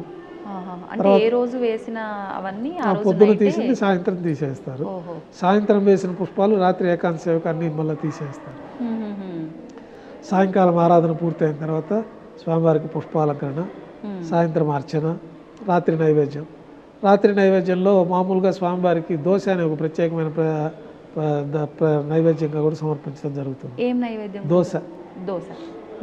పెద్ద దోశ, బాగా నెయ్యితో తయారు చేసిన దోశ. అనాది నుంచి రాత్రి నైవేద్యంలో దోశ ముఖ్యంగా స్వామివారికి గర్భాలయం లోపల ఆహారం అనుకోవచ్చా? ఇది అల్పాహారం లాగా ఆహాహా. అది నైవేద్యంగా వస్తుంది. తర్వాత మిరియాలతో చేసిన పొంగలి కూడా నైవేద్యంగా మొలహోర అంటారు. ఆ మొలహోర ప్రసాదం కూడా లోపలే వస్తుంది. ములహోర. మొలహోర ఆహా. అంటే మిరియాలు బాగా పౌడర్ చేసి మిరియాలు, నెయ్యి, అన్నము ఆహా. కలిపిన ప్రసాదమే మొలహోర అంటారు. ఉమ్. అది కట్టు పొంగల్ అంటే మిరియాలు అట్లాగే ఉంటాయి, అవును. జీలకర్ర అవన్నీ ఉంటాయి. ఉమ్. ఈ మొలహోర అనే ప్రసాదంలోది నెయ్యి, మిరియాల పొడి, అన్నము, ఉహుం. శుద్ధాన్నం వీటినన్నింటినీ కలిపితే మొలహోర ప్రసాదం తయారవుతుంది. ఆహాహా. ఆ మొలహోర దోశ విశేషంగా నైవేద్యం. ఉమ్. తర్వాత పులిహోర, కదంబము, దద్దోజనము ఇవన్నీ కూడా రాత్రి నైవేద్యంలో పెడతారు. ఉమ్. తర్వాత తిరువీస నైవేద్యం అని చెప్పి అర్ధరాత్రి నైవేద్యం అని చెప్పి బెల్లం పొంగలి అర్ధరాత్రి కూడా అర్ధరాత్రి నైవేద్యముగా అది ఒక తిరువీస నైవేద్యం అని అది ఒకటి పెడతాము. ఆహాహా. చివరిగా ఇంకా ఏకాంత సేవలో స్వామివారికి బాగా దారోష్ణమైన గోక్షీర నైవేద్యంగా పెట్టడం. ఉమ్. ఈ రాత్రి చేసిన తోమాల సేవలో సమర్పించిన పుష్పమాలికలన్నింటినీ కూడా తీసేసి గర్భాలయం శుద్ధి చేసుకొని ఉమ్. బ్రహ్మదేవులు వారు వచ్చి ఇక్కడ ఆరాధన చేస్తారని మనం గతంలో చెప్పుకున్నాము. అవును గురుగారు. ఆ బ్రహ్మదేవులు ఆరాధన కోసమని ఆ బంగారు పంచపాత్రలు ఉంటాయి. ఉహుం. దాంట్లో ఒక పవిత్రమైన బంగారు బిందెలోని తీర్థాన్ని ఉమ్. మంత్రయుక్తంగా ఆ యొక్క పాత్రలోకి మనం వేయడము. ఆ. తర్వాత ఏకాంత సేవలో భాగంగా కౌతుకమూర్తి అంటే భోగ శ్రీనివాసమూర్తి వారికి ఉమ్. బంగారు పట్టు పాన్పు పైన పౌళింపు సేవలో భాగంగా పడుకోబెట్టడము. అన్నమయ్య కీర్తనలు, తరిగొండ వెంగమాంబ వంశస్థులు, మన అర్చకులు అందరూ చేరి స్వామివారికి వైభవంగా ఈ ఏకాంత సేవ నిర్వహించడం. ఉమ్. తర్వాత కర్పూర నీరాజనంతో స్వామివారి కైంకర్యాలన్నీ ఆ రోజు కైంకర్యాలు పూర్తి అవుతాయి. ఏ సమయం అవుతుంది గురుగారు ఇప్పటి వరకు? దాదాపు 12 తర్వాత ఏకాంత సేవ జరుగుతుంది. 12 తర్వాత. అయితే నేను ఈ ఏకాంత సేవ తర్వాత స్వామి ఇంకా నిద్రిస్తారు. నిద్రించే ముందు పద్మావతి అమ్మవారి దగ్గరికి కాసేపు అలా వెళ్ళొస్తారు అని చెప్పి ఏదో విన్నాను. అది వాస్తవం మా గురుగారు? అదైతే మనకి ఎక్కడ అట్లా లేదు. ఇక్కడ స్థల పురాణంలో ఎట్లా లేదు. స్వామివారి దగ్గరికే దేవతామూర్తులు అందరూ వచ్చి బ్రహ్మదేవులతో సహా దేవతలందరూ వచ్చి దర్శించుకుంటారు. అదృశ్య రూపంలో ఈ కొండపైన అంతా ఎందుకు అంత దివ్యమైన శక్తి ఉంది తిరుమల క్షేత్రంలో అంటే ఋషులందరూ కూడా చెట్ల రూపంలో, పక్షుల రూపంలో దివ్యమైన అదృశ్య శక్తిలో స్వామివారిని దర్శించుకుంటూనే ఉంటారు అని నిత్యం. ఎందుకంటే వైకుంఠం ఇదే కాబట్టి. మామూలుగా మనకి పురాణాలు పంచాంగం ప్రకారం దేవతలకు 6 మాసం పగలు, 6 మాసం రాత్రి. దక్షిణాయన పుణ్యకాలం అంతా దేవతలు నిద్రించే కాలం. ఉత్తరాయణ పుణ్యకాలం అంటే మనకి దేవతలంతా మేల్కొనే సమయం. అది 6 నెలలు మేల్కొంటారు, 6 నెలలు పడుకుంటారు దేవతామూర్తులు. అందరూ దేవతలు అలానే. అందరూ. కానీ మనం ఎక్కువ విష్ణుమూర్తి ఒక్కరే యోగ నిద్రలో మేల్కొంటారు. అందరు దేవతలకి అదే స్వరూపం, అదే విధానమే. మనకి దక్షిణాయనంలో స్వామివారు పడుకుంటారు. కౌశిక ద్వాదశి అని మొన్న ఈ మధ్య జరిగింది కార్తీక మాసంలో. ఆ ద్వాదశి రోజున స్వామివారు మేల్కొంటారు. ఉత్తాన ఏకాదశి అని వస్తుంది. ఆ ఉత్తాన ఏకాదశి కార్తీక మాసంలో వస్తుంది. శయన ఏకాదశికి శయన ఏకాదశి అనేది మనకి ఆగస్టులో వస్తుంది. పడుకుంటారు. ఈ ఉత్తాన ఏకాదశి అనేది ఇక్కడ ప్రారంభమవుతుంది. ఇప్పుడు ఉత్తర ద్వార దర్శనము అని కూడా డిసెంబర్ 30 నుంచి ఉత్తాన ఏకాదశి రోజున స్వామివారు మేల్కొంటారు వైకుంఠంలో. తర్వాత వారికి ఉపచారాలన్నీ చేసి ఈ ధనుర్మాసంలో వచ్చే వైకుంఠ ఏకాదశి పర్వదినం అంటాం కదా, ఆ రోజున స్వామివారికి దర్శనం ఇస్తారు. ముక్కోటి దేవతలు వచ్చి వైకుంఠంలో దర్శనం చేసుకుంటారు. మనకి ముక్కోటి దేవతలు ఇక్కడ మన స్వామివారి ఇప్పుడు ఇక్కడే ఉన్నారు కాబట్టి ఆ రోజు ముక్కోటి దేవతలు ఈ తిరుమల కొండలో స్వామివారిని దర్శనం చేసుకుంటారు. మిగతా సమయాల్లో వారి వారి విధుల్లో వాళ్ళు ఉంటారు. ఒక్కొక్క ప్రత్యేకమైన సమయాల్లో వచ్చి స్వామివారిని దర్శించుకుంటూ ఉంటారు. ఖచ్చితంగా రోజులో ఒకసారి విశేష ఇక్కడ రావటం అనేది జరుగుతుంది. దేవతామూర్తులందరూ కూడా బ్రహ్మదేవులు వారు వచ్చి ఆరాధన చేస్తారు. దేవతలకి, విష్ణుమూర్తికి ప్రత్యేకమైన సేవాగణం అంతా కూడా ఆయన దర్శనం చేసుకొని వెళ్తూ ఉంటారు ప్రతిరోజు. విశేష పర్వదినాల రోజున ముక్కోటి దేవతలు వచ్చి వైకుంఠ ఏకాదశి రోజున, వైకుంఠం ఇప్పుడు ఇక్కడే ఉంది కాబట్టి భూలోకంలో మన తిరుమల క్షేత్రమే వైకుంఠం కాబట్టి ఇక్కడ వచ్చి స్వామిని దర్శించుకుంటారు. అందుకే మనకి లక్షలాది మంది భక్తులు ఈ వైకుంఠ ఏకాదశి రోజు స్వామివారిని దర్శించుకోవడం అనేది జరుగుతుంది. ఇప్పుడు మనకి డిసెంబర్ 30 నుంచి 10 రోజుల పాటు స్వామివారి విశేషమైన అంటే ఉత్తర ద్వారం దర్శనమేనా అంటే గురుగారు? ఇక్కడ ఉత్తర ద్వారం అనేది ఇక్కడ సాంప్రదాయంలో లేదు. సాక్షాత్తు ఈ తిరుమలంతా వైకుంఠమే, ఆ, ప్రత్యేకంగా వైకుంఠ ద్వారం అనేది లేదు. వైకుంఠమే క్రీడాద్రి పర్వతాలే ఇక్కడ ఉంది, అవును. వైకుంఠమే ఈ క్షేత్రంలో ఉంది. ఉమ్, ప్రత్యేకంగా ఉత్తర ద్వారాలు అనేది మన ఆలయ నిర్మాణంలో ఎక్కడ ఉండదు, ఆహా, తూర్పు పడమర ద్వారాలే ఉంటాయి. ఆహాహా. కాబట్టి అయితే మనకు అదే వైకుంఠ ప్రదక్షిణ మార్గంగా వైకుంఠ ద్వారంగా మనం భావించి ఉమ్, భక్తులందరూ ఈ పర్వదినాల రోజున అందులో వైకుంఠ ద్వార దర్శనం చేసుకొని అతి సమీపంగా స్వామివారి ప్రదక్షిణ చేసుకున్నాము ఉమ్, ఈ వైకుంఠ ఏకాదశి పర్వదినం రోజునని చెప్పి ఉమ్. ఆ విశిష్టత ఇక్కడ ఎక్కువగా ఉంది. ఓకే, ఇప్పుడు మీరు చెప్పినట్టుగా ఈ సేవలు, ఈ విశేషమైన విధానాలు, క్రతువులు అన్నీ కూడా నిత్యం జరిగేవి మాట్లాడుకున్నాం. స్వామికి అంటే ఏడాది పాటున కూడా విశేషంగా జరిగే విశేషమైన క్రతువులు ఏమున్నాయి గురువుగారు? నిత్యోత్సవాల కింద ఈ ఉత్సవాలన్నీ ప్రతిరోజు జరుగుతాయి. ఉమ్, వారోత్సవాల కింద ప్రత్యేకంగా స్వామివారికి వారోత్సవాలు, ఈ తిరుప్పావడి సేవ గురువారం నాడు మూలమూర్తి దగ్గర అవును. అన్నకూటోత్సవం అని చెప్పి ఈ నేత్రాలన్నీ స్వామి తెరిచే టయానికి ఈ లోకమంతా సుభిక్షంగా ఉండాలంటే అన్నకూటాన్ని పెద్ద రాశిగా పోసి స్వామివారి దృష్టి అక్కడ పడిందంటే ఈ సకల జీవరాశులకు కూడా ఆహారానికి లోటు లేకుండా భగవంతుడి అనుగ్రహంతో అది అందరి లభ్యం అవ్వాలని చెప్పి ఈ అన్నకూటోత్సవాన్ని మనకు ప్రవేశపెట్టడం జరిగింది. ఓహో. గురువారం నాడు స్వామివారికి ఆభరణాలన్నీ సళ్ళింపైన తర్వాత ఆయన నేత్రాలు తీసి మనం ఈ నామమును అర్ధభాగం తొలగించి ఈ ఆభరణాలన్నీ తొలగించేసిన తర్వాత మొట్టమొదటిగా అక్కడ పులిహోర తింత్రిణి రసాన్నం సుమారు ఒక 300 కిలోల పరిణామంలో ఆ తింత్రిణి రసాన్నాన్ని మనం పెద్ద రాశిగా పోసి స్వామివారి నేత్రాలు దాని మీద పడతాయి. ఆహా. ఆ అన్నకూటోత్సవాన్ని కూడా మనం గురువారం నాడు చేస్తాము. ఇది వారోత్సవాలుగా జరుగుతాయి. తర్వాత మంగళవారం నాడు అష్టదళ పాద పద్మారాధన అని చెప్పి ఆ, ఒక 108 స్వర్ణ కమలాలతోటి స్వామివారి దివ్య పాద పద్మాలకి ఈ అష్టదళ పాద పద్మారాధనని ఒక ఆర్జిత సేవగా చేస్తాము. ఆహా. వారోత్సవాల్లో ఇవన్నీ ఉంటాయి. ఉమ్, తర్వాత శుక్రవారం నాడు అభిషేకం సేవను కూడా మనం ప్రత్యేకంగా నిర్వహించడం జరుగుతుంది. ఉమ్, ఈ అభిషేకం ఏర్పాట్లో భాగంగానే ఈ గురువారం నేత్ర దర్శనం అనే అలంకారం అనేది తిరుమల క్షేత్రంలో ప్రసిద్ధి పొందింది. ఉమ్, శుక్రవారం అభిషేకం ఆభరణాలన్నీ తీయాలి కాబట్టి శుక్రవారం నాడు తీసే సమయం ఉండదు కాబట్టి ఆ, గురువారం నాడు ఉదయం ఈ ఆభరణాలన్నీ తీయడము, ఈ నేత్ర దర్శనం అలంకారం చేయడము, ఆ రోజు సాయంత్రం విశేషంగా ఈ ఆభరణాలకు ఒక బరువు వల్ల స్వామివారి శరీరం తాపం లేకుండా ఈ పూలంగి సేవను కూడా ప్రత్యేకంగా మనం పూలతోటే స్వామివారి స్వరూపం అంతా పూలంగి సేవగా నిర్వహించడం, ఆహా. ఆ రోజు రాత్రితోటి ఈ పూలంగి సేవ సల్లింపు చేసేయడం, తెల్లవారి కైంకర్యాలు పూర్తయిన తర్వాత స్వామివారికి ఉండే వస్త్రము ఉత్తరీయాన్ని కూడా పూర్తిగా తొలగించడము, స్వామివారి సహజమైన స్వరూపానికి ప్రత్యేకంగా పురుగు తైలంతో దివ్యమంగళ స్వరూపం అంతా మర్దన చేయడము, ఒక తెల్లటి కౌపీనాన్ని స్వామివారికి అలంకరించి మొదట గోక్షీరంతో అభిషేకం ప్రారంభమవుతుంది. ఓకే. ఈ దివ్యమంగళ స్వరూపానికి అంతా కూడా గోక్షీరంతో అభిషేకము. గోక్షీరంతో అభిషేకం పూర్తయిన తర్వాత ఈ గోక్షీరం యొక్క జిడ్డు ఉంటుంది, ఆ, అదంతా పోగొట్టడానికి ఈ కుంకుమ పువ్వు, చందనము, పచ్చకర్పూరము, జాజికాయ, జాపత్రి మొదలైన పవిత్రమైన ద్రవ్యాలతోటి ఒక లేపనాన్ని తయారు చేస్తారు. ఉమ్, ఆ లేపనాన్ని స్వామివారి దివ్యమంగళ స్వరూపం అంతా కూడా మర్దన చేయడం జరుగుతుంది. ఉమ్, అదే మనకి అభిషేక తీర్థంగా కూడా దాన్ని పట్టుకొని అభిషేక తీర్థంగా ఎక్కువ కాలం నిల్వ ఉంటుంది. ఓకే. ఆ అభిషేకం పూర్తయిన తర్వాత వక్షస్థలంలో అమ్మవారికి ప్రత్యేకంగా పసుపు నీటితోటి అభిషేకం జరుగుతుంది. ఉమ్, తర్వాత ఈ యొక్క పసుపు నీటి ఇదంతా కూడా పోవడానికి శుద్ధ జలంతో అభిషేకం పూర్తవుతుంది. ఉమ్, అభిషేకం పూర్తయిన తర్వాత స్వామివారికి నిజపాద దర్శనం అనే ఒక ప్రత్యేకమైన దర్శనం కూడా దర్శించుకోవచ్చు. ఉమ్, స్వామివారికి ఒక శిరోవస్త్రం అలంకరించడం జరుగుతుంది. ఆహా. తర్వాత వక్షస్థలంలో వ్యూహలక్ష్మి అమ్మవారికి పచ్చకర్పూరంతో అలంకారం చేయడం జరుగుతుంది. ఉమ్, స్వామివారికి ఉత్తరయము ధోతి అలంకరణలోకి ఈ యొక్క నిజపాద దర్శనం అని ఆ రోజే పాదాలు దర్శించుకోవచ్చు. ఓకే. ఓకే. మిగిలిన సమయాల్లో అంతా శుక్రవారం నుంచి గురువారం ఏ వారమైనా కానీ స్వామివారి పాదాలకి కవచాలు ఏర్పాటు చేసి ఉంటుంది. బంగారు కవచాలు తులసి దళాలతో కప్పి ఉంచబడుతుంది. ఉమ్, కాబట్టి మిగిలిన ఎప్పుడు మనం నిజపాద పాదాల దర్శనం కాదు. ఓహో. ఈ యొక్క శుక్రవారం నాడే అభిషేకం తర్వాత ఈ నిజపాద దర్శనం చేసుకోవచ్చు. అది అభిషేకంకి పొందిన భక్తులు మాత్రమే ఆ యొక్క సేవా దర్శనం భాగ్యం ఉంటుంది. ఉమ్, ఉమ్, తర్వాత ఆభరణాలన్నీ అలంకరణ చేయడంతో శుక్రవారం మనం పూర్ణ అలంకరణలో స్వామిని దర్శించుకోవచ్చు. మళ్ళీ గురువారం వరకు స్వామి అట్లాగే దర్శనాన్ని ఇస్తారు. ఉమ్, గురువారం నాడు నేత్ర దర్శనము, సాయంకాలం పూలంగి దర్శనము, శుక్రవారం నాడు నిజరూప దర్శనము.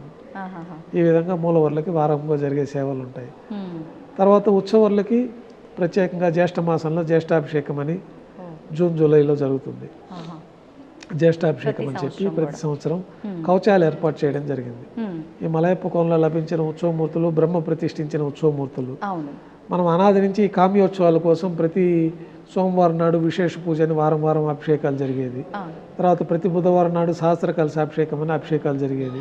ప్రతిరోజు గతంలో వసంతోత్సవం అని చెప్పి ఈ ఆర్జిత బ్రహ్మోత్సవం పూర్తి అయిన తర్వాత భక్తుల కామ్యోత్సవంగా వసంతోత్సవం అని చెప్పి స్వామివారికి అభిషేకం జరిగేది. దాదాపు 450-500 అభిషేకాలు జరుగుతూ ఉండేది సంవత్సరంలో ఉత్సవమూర్తులకి. అది భక్తుల కామ్యోత్సవం కోసమని ఏర్పాటు చేసింది. అది ఒకప్పుడు అంటే ఒక 2000 సంవత్సరానికి ముందు వరకు. తర్వాత తర్వాత ఒక 5-6 ఏళ్ల నుంచి మనము ఇవన్నీ చేసిన దానివల్ల స్వామివారి మలయప్ప స్వరూపం అంతా కూడా అరిగిపోయింది. దీనికి ముందే 80వ దశకంలోనే పెద్దవాళ్ళు ఈ అరుగుదలను గుర్తించి పైనుంచి స్వరూపానికి అభిషేకం చేసేవాళ్ళు గతంలో. ఈ అభిషేకం పైనుంచి చేయడం వల్ల అరుగుదల ఎక్కువైపోయి విగ్రహాలు బాగా క్షీణించిపోతున్నాయి. అంటే శిరస్సు నుంచి పాలు, ఈ కొబ్బరి నీళ్లు, తర్వాత ఈ పసుపు చందనంతో అలంకారం చేయడము, తేనె అభిషేకము, ఇవన్నీ అయిపోయిన తర్వాత చింతపండుతోటి స్వామివారి ఆ పంచలోహ స్వరూపాన్ని మనం అంతా శుభ్రపరచడము. దీనివల్ల అరుగుదల బాగా ఎక్కువైపోయి ఈ యొక్క బ్రహ్మ ప్రతిష్ఠించిన మలయప్ప స్వామి వారు భవిష్యత్తు తరాలకు చూపించాలంటే అభిషేకాలు మార్పు చేయాలని అప్పట్లో వాళ్ళు పాదాల వరకే అభిషేకం పెట్టారు. ఆ పాదాల వరకే అభిషేకం పెట్టి ఈ స్వామివారి స్వరూపాన్ని ప్రతిరోజు మనం వేంచేపు చేసుకొని ఒక చోట నుంచి ఒక చోటికి ఉత్సవాలకు తీసుకెళ్లడము.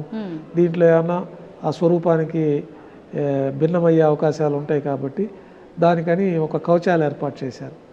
ఉత్సవాలకు పూర్తిగా ఉభయ దేవాలతో అమ్మవార్లకి స్వామివారికి ముందు వెనక ఒక బంగారు కవచాన్ని ఏర్పాటు చేసి ఈ పాదాలకు మట్టుకే అభిషేకం చేసేవాళ్ళు. తర్వాత ఆ పాదాల అభిషేకం చేయడం వల్ల కూడా పద్మపీఠం అంతా కూడా అరిగిపోయి పాదాలంతా కూడా జీర్ణమైపోయి కింద వరకే బాగా అరుగుదల ఎక్కువ కనపడతా ఉంది. దానిపైన ఈ అభిషేకాలు ఆపేస్తే మంచిదని చెప్పి ఈ అభిషేకాలన్నీ తీసి సంవత్సరోత్సవాలుగా ఒకసారి ప్రవేశపెట్టిన ఉత్సవాన్ని ఆపకూడదు కాబట్టి ఈ విశేష పూజ అనేది మాఘమాసంలో మాఘశుద్ధ పంచమికి విశేష పూజ. ఆ విశేష పూజ సంవత్సరానికి జరుగుతుంది. తర్వాత సహస్ర కలశాభిషేకము సంవత్సరంలో ఒకరోజు భోగ శ్రీనివాసమూర్తిని ప్రతిష్ఠించిన పర్వదినం రోజున ఈ భోగమూర్తికి సహస్ర కలశాభిషేకం జరుగుతుంది. అది ప్రతి బుధవారం జరిగేది ఈ యొక్క ఆర్జిత సేవలుగా. అయితే స్వామివారి రక్షణార్థమై దీన్ని తగ్గించి ఈ విధంగా దాన్ని సంవత్సరోత్సవాలుగా మార్పు చేయడం జరిగింది 2000 సంవత్సరం నుంచి. ఆ ప్రకారం ఇప్పుడు జరుగుతూ ఉంటుంది.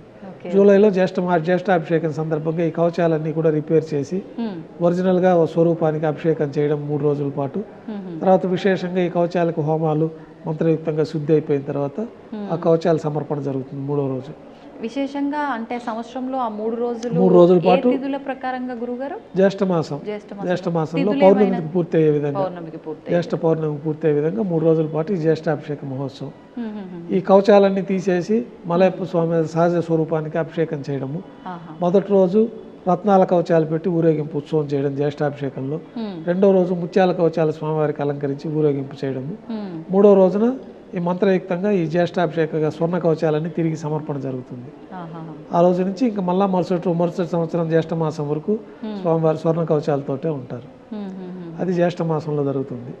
తర్వాత మే నెలలో పద్మావతి పరిణయోత్సవాలు అని చెప్పి వైశాఖ మాసంలో స్వామివారికి జరిగింది కళ్యాణం కాబట్టి ఈ గాంధర్వ వివాహం చేసుకున్నట్టుగా ఆ పరిణయ ఘట్టాలన్నీ కూడా స్ఫురించే విధంగా మనం లౌకికంగా ఒక పద్మావతి పరిణయ మహోత్సవం అని చెప్పి నారాయణగిరి ఉద్యానవనంలో 3 రోజుల పాటు విశేషంగా జరుగుతుంది.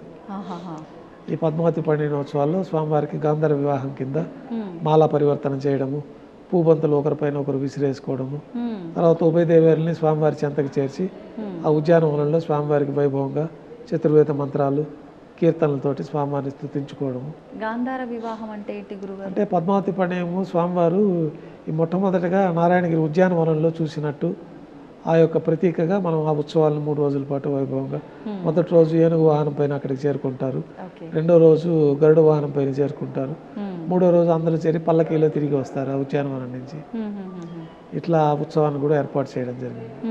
ఇవన్నీ సంవత్సరోత్సవాల్లో భాగంగా ఈ ఉత్సవాలు జరుగుతాయి. పద్మావతి పండిన తర్వాత ఈ వేసవి కాలంలో స్వామివారికి తెప్పోత్సవాలు 3 రోజుల పాటు వైభవంగా నిర్వహిస్తారు. ఈ తెప్పోత్సవాల్లో కూడా మనకి గర్భాలయంలో ప్రతిరోజు 3 యుగమూర్తులకి ఆరాధన జరుగుతూ ఉంటుంది. ఈ పంచబేరాలు ధ్రువ, కౌతుక, ఉత్సవ, బలి, స్నపన బేరాలు, మూలమూర్తి, కౌతుకమూర్తి, భోగ శ్రీనివాసమూర్తి, మలయప్ప స్వామివారు ఉభయ దేవేరులతో, ఉగ్ర శ్రీనివాసమూర్తి, సంవత్సరంలో ఒకరోజు కౌశిక ద్వాదశి సూర్యోదయ పూర్వం 4 తిరువీధుల ఉత్సవం జరుగుతుంది. గతంలో వారికి బ్రహ్మోత్సవాలు చేస్తే కొన్ని ఉపద్రవాలు ఏర్పడినాయని చెప్పి స్వామివారిని వేడుకుంటే, ఈ మలయప్ప కోనలో నా ఉత్సవమూర్తులు ఉన్నారు, వారికి ఉత్సవాలు నిర్వహణ చేయండి, ఈ సమస్యలన్నీ పోతాయని చెప్పినట్లు ఆ మలయప్ప కోనలో దొరికిన ఉత్సవమూర్తులకే ఇప్పుడు ఉత్సవాలు జరుగుతూ ఉంటాయి. అయితే సంవత్సరంలో ఒక రోజున ఈ కౌశిక ద్వాదశి సూర్యోదయ పూర్వం మన ఉగ్ర శ్రీనివాసమూర్తికి ఉత్సవం జరుగుతుంది. అట్లాగే రాముల వారు కృష్ణస్వామి వారు కూడా మన గర్భాలయంలో దర్శించుకోవచ్చు. ప్రతి రోహిణి నక్షత్రం రోజున కృష్ణస్వామికి ఉత్సవం జరుగుతుంది. రాముల వారికి త్రేతాయుగమూర్తి రాముల వారు కాబట్టి రాముల వారు కూడా పునర్వసు నక్షత్రం రోజున ఉత్సవము. ప్రత్యేకంగా ఈ హనుమ జయంతి, శ్రీరామనవమి పర్వదినాలలో రాముల వారికి విశేషంగా తిరువీధి ఉత్సవము, ఈ ఉత్సవాలన్నీ కూడా జరుగుతూ ఉంటాయి. కృష్ణస్వామి వారికి రోహిణి నక్షత్రం రోజున, తర్వాత గోకులాష్టమికి, ఈ ప్రత్యేకమైన పర్వదినాలు అట్లాంటప్పుడు స్వామివారికి కృష్ణస్వామికి విశేషంగా ఉత్సవాలు అభిషేకాలు కూడా నిర్వహిస్తూ ఉంటాయి. శ్రావణాల పౌర్ణమి ఆ రోజున కృష్ణస్వామి వారు ఊరేగింపుగా వరాజస్వామి పుష్కరానికి వస్తారు. అక్కడ యజ్ఞోపవితం జంజాల పండుగలో యజ్ఞోపవితం కృష్ణస్వామి వారికి సమర్పించడం, ఇట్లాంటి ఉత్సవాలన్నీ కూడా కృష్ణస్వామి వారికి ద్వాపరయుగమూర్తి త్రేతాయుగమూర్తి రాముల వారికి కూడా ఉత్సవాలు జరుగుతాయి. ఈ తెప్పోత్సవాల్లో కూడా మొదటి రోజున రాముల వారికి ఉత్సవం జరుగుతుంది తెప్పలు, రెండో రోజున తెప్పల్లో కృష్ణస్వామి వారు వేంచేస్తారు, మూడో రోజు, నాలుగో రోజు, ఐదో రోజు మలయప్ప స్వామి వారికి తెప్పోత్సవాలు జరుగుతాయి. అనంతరం ప్రతి ఏటా పవిత్రోత్సవాలని ఆగమోక్తంగా ఈ ఉత్సవాలు జరుగుతాయి. మనకు తెలిసి తెలియక జరిగే దోషాలన్నీ భక్తుల వల్ల కానీ అర్చకుల వల్ల కానీ, రోజు జరిగే ద్రవ్యాలలో లోపాలు ఉన్నా కానీ, ద్రవ్యాలలో తెలిసి తెలియక జరిగే లోపాలన్నీ పోవడానికి, సమస్తమైన దోషాలు జరిగే దోషాలన్నీ భక్తుల వల్ల కానీ మన వల్ల కానీ, ద్రవ్య రూపంలో కానీ వస్తువు రూపంలో కానీ ఎక్కువైనా తక్కువైనా, ఈ యొక్క ఎక్కువ తక్కువ ఆ కాలంలో జరిగిన వాటికి కూడా పర్యవసానంగా ఈ పవిత్రోత్సవాలు అనేది సంవత్సరానికి ఒకసారి చేస్తే ఈ దోషాలన్నీ పోతాయని చెప్పి ఆగమ శాస్త్రాల్లో చెప్పబడింది. ఆ ప్రకారంగా 3 రోజుల పాటు శ్రావణ మాసంలో ఈ పవిత్రోత్సవాలు అత్యంత వైభవంగా నిర్వహిస్తారు. ఈ పవిత్రోత్సవాల సందర్భంగా సంవత్సరంలో జరిగిన సమస్త దోషాలు తొలగిపోతాయి. పవిత్రోత్సవాల అనంతరం బ్రహ్మోత్సవాలు నిర్వహిస్తారు. ఈ బ్రహ్మోత్సవాలు స్వామివారి తిరుమల క్షేత్రంలో ఆవిర్భవించింది కన్యామాసం శ్రవణ నక్షత్రం. దానికోసమని అది అవబృధోత్సవంగా నిర్ణయించి ఆ రోజు మంగళ స్నానాలు అవబృధోత్సవం అంటారు. అంటే ఆ రోజు స్వామివారికి చక్రస్నాన మహోత్సవం ఇక్కడ జరుగుతుంది. దానికి ముందు 8 రోజుల నుంచి కూడా స్వామివారికి వైభవంగా ధ్వజ ఆరోహణ కార్యక్రమంతో ప్రారంభమవుతుంది. 9 రోజుల పాటు ఉత్సవాల్లో అత్యంత వైభవంగా జరిగే బ్రహ్మోత్సవాలు ప్రారంభించబడతాయి. ఈ 9 రోజుల పాటు జరిగే ఉత్సవాల్లో మొట్టమొదటి రోజున అంకురార్పణ అని చెప్పి బ్రహ్మోత్సవాలు 9వ రోజుకు ముందు ఈ అంకురార్పణాన్ని సేనాధిపతి వారి ఉత్సవము, ఈ లోకమంతా సుభిక్షంగా ఉండాలని చెప్పి, బాగా పాడి పంటలు సమృద్ధిగా ఉండాలని చెప్పి ఈ నవధాన్యాలకు విశేషంగా ఆరాధన చేసి అంకురార్పణ కార్యక్రమం. తర్వాత ధ్వజ ఆరోహణం, ఆ రోజు అనంత గరుడు విశ్వక్సేనులకు అందరికీ కూడా ప్రత్యేకమైన ఆరాధన చేయడము, స్వామివారికి బ్రహ్మోత్సవాల్లో భాగంగా విశేషంగా ఆభరణాలు అలంకరణ చేయడము, తర్వాత గరుడు పటానికి ప్రతిష్ఠ చేయడము, ఆ గరుపంతుడిని 4 తిరువీధుల్లో ఉత్సవం చేసుకొని ఈ సుముహూర్తంలో ధ్వజ ఆరోహణ కార్యక్రమంలో ఈ గరుడు పటాన్ని మనం ధ్వజస్తంభం పైకి పంపిస్తాం. ఈ 9 రోజుల పాటు దేవతలందరినీ రిసీవ్ చేసుకోవడం, వారికి అందరికీ తగిన ఉచితమైన స్థానాలు కల్పించడము, గరుపమంతుల వారిని ధ్వజస్తంభం పై నుంచి దేవతలందరికీ కూడా ఆహ్వానించడం జరుగుతుంది. ఈ ప్రత్యేకమైన మంత్రాలతోటి ఈ కార్యక్రమం అంతా ధ్వజారోహణంగా జరుగుతుంది. తర్వాత ఆ రోజే మనకి విశేషంగా జరిగే ఉత్సవాలు కాబట్టి ప్రభుత్వం తరఫున కూడా పట్టు వస్త్రాలను స్వామివారికి సమర్పించడం, ఆ రోజు నుంచి వాహన సేవలు ప్రారంభమవుతాయి. పెద్ద శేష వాహన సేవ, రెండో రోజు చిన్న శేష వాహన సేవ, ఇట్లా 9 రోజుల పాటు 9 వాహనాలు ఆగమ శాస్త్రాల్లో నిర్దేశించిన విధంగా 9 వాహనాలపైన స్వామివారికి వైభవంగా ఉత్సవాలు జరుగుతాయి. చివరి రోజున అవబృధోత్సవం చక్రస్నాన మహోత్సవంతో ఈ బ్రహ్మోత్సవాలు పరిసమాప్తమవుతాయి. ఈ వాహన సేవల్లో కూడా విశేషమైన వాహన సేవ అన్ని కూడా మనకు ఆగమ శాస్త్రంలో చెప్పబడింది. దాంట్లో స్వామివారికి అత్యంత ప్రాముఖ్యమైనది పెద్ద శేష వాహనము, తర్వాత గరుడ వాహనము, తర్వాత రథోత్సవము. ఈ 3 కూడా అత్యంత ప్రాశస్త్యమైంది. ఈ గరుడ వాహనం పైన స్వామివారికి మూలవర్లకి సదా సమర్పణలో ఉంటాయి. చతుర్భుజ లక్ష్మీహారము, తర్వాత శాలిగ్రామ హారము, తులసి పత్రమాల, సహస్రనామమాల, ఈ విశేషమైన ఆభరణాలన్నీ మూలవర్లకు సదా సమర్పణలో ఉంటాయి. అయితే గరుడు వాహనం రోజు మాత్రం మూలవర్లకు సమర్పించిన ఒక 3 ప్రత్యేకమైన ఆభరణాలు, తులసి పత్రమాల, చతుర్భుజ లక్ష్మీహారము, సహస్రనామమాల 5 పేటలుగా ఉంటుంది. ఒక్కొక్క బిళ్ళ పైన ఒక్కొక్క స్వామివారి నామావళి రాసి ఉంటుంది. అట్లా 1000 నామాలతోటి 5 వరుసలతోటి ఆ సహస్రనామాల ఉంటుంది. ఆ మూలవర్ల ఆభరణాలన్నీ కూడా గరుడు వాహనం రోజున స్వామివారికి తీసుకొచ్చి సమర్పించడం జరుగుతుంది. అందుకే లక్షలాది మంది గరుడ వాహనం రోజున భక్తులు తిరుమలకు చేరుకుంటారు. అందులో స్వామివారి యొక్క ఆపదల్లో ఉన్న వారికి కోరికలు తీర్చడానికి, వారిని కాపాడడానికి కూడా గరుడ వాహనం పైన భూలోకానికి వస్తారు. కాబట్టి అట్లాంటి గరుడ వాహనం పైన స్వామివారు ఊరేగుతూ ఉంటే విశేషంగా ఎంత దూరంలో ఉన్న భక్తులకు కూడా ఈ యొక్క కోరికలన్నీ తీరుతూ ఉంటాయి. కాబట్టి ఈ గరుడ వాహనానికి విశేషంగా లక్షలాది మంది భక్తులు వచ్చి ఏకకాలంలో మలయప్ప స్వామివారిని మూలవర్లకి ప్రతిరూపంగా ఆ మూలవర్ల ఆభరణాలని కూడా ఈ గరుడ వాహనం పైన దర్శించుకునే అవకాశం ఉంటుంది. తర్వాత రథోత్సవంలో స్వామివారికి ఈ రథం 4 చక్రాలు 4 వేదాలు, రథమే స్వామివారి యొక్క దివ్యమంగళ స్వరూపం. ఈ స్వరూపంలో రథోత్సవంలో స్వామివారి దర్శించుకున్న వారికి పునర్జన్మ ఉండదని చెప్పి ఆగమ శాస్త్రాలు చెప్తుంది. అందువల్ల విశేషంగా రథోత్సవంలో కూడా మోక్షము పునర్జన్మ ఉండదు. స్వామివారికి కూడా మనకి ఈ వరదహస్తము కటిహస్తం అంటారు. వైకుంఠ అభయహస్తం అంటే ఇట్లా ఉంటుంది, వరదహస్తం అంటే ఇట్లా పాదాలు శరణ కోరిన వాడికి మోక్షాన్ని ప్రసాదిస్తానని చెప్పి భగవద్గీతలో కూడా స్వామివారు చెప్తారు.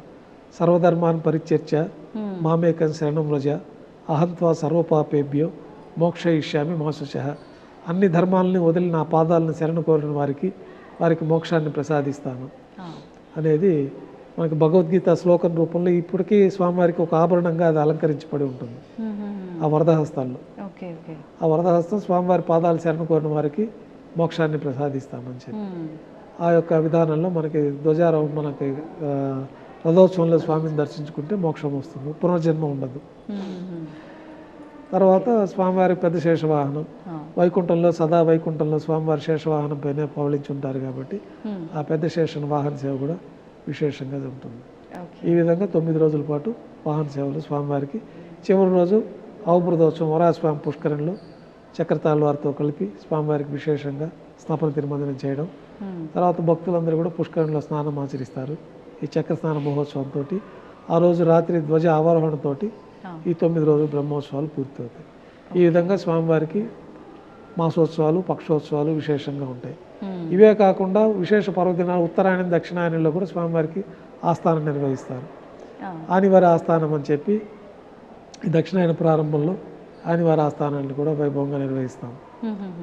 తర్వాత స్వామివారికి వైకుంఠ ఏకాదశి ఈ పర్వదినాల్లో కూడా విశేషంగా విశేష వజ్రాభరణాలు అలంకరించడము ఈ కార్యక్రమాలన్నీ కూడా జరుగుతూ ఉంటాయి. ఓకే గురుగారు, స్వామివారికి సంబంధించిన అభిషేకానికి నీళ్లు అంటే కొద్ది దూరం పాటు అడవి ప్రాంతంలోంచి వెళ్ళి తీసుకొస్తారు అని చెప్పి విన్నాను, అది వాస్తవం? మనకు ఆకాశగంగా తీర్థాన్ని తీసుకొస్తారు. ప్రతిరోజు స్వామివారికి ఈ ఆరాధన చేయడానికి, స్వామివారికి అర్ఘ్యపాద్యాదులు సమర్పించడానికి, నైవేద్యంలో స్వామివారి తీర్థం స్వీకరించడానికి ఇవన్నీ కూడా ఆకాశగంగా నుంచి ప్రత్యేకంగా దానికి తిరుమల నంబి వంశీయులు ఉన్నారు. వారు బిందెల్లో తీసుకొని ఏనుగు పైన తీసుకొచ్చి శ్రీవారి ఆలయంలోకి పొద్దున్నే తీసుకొచ్చి ఇచ్చేస్తారు. ఎందుకని గురుగారు? అక్కడ నుంచి ఆ పవిత్రమైన ఆకాశగంగా తీర్థంతో స్వామివారికి ఆరాధన జరుగుతూ ఉంటుంది. తర్వాత బంగారు బావి అని లోపల కూడా ఒక బావి ఉంది. ఆ బంగారు బావి తీర్థంతో ప్రసాదాలంతా కూడా అక్కడి నుంచి తయారు చేయడం జరుగుతుంది.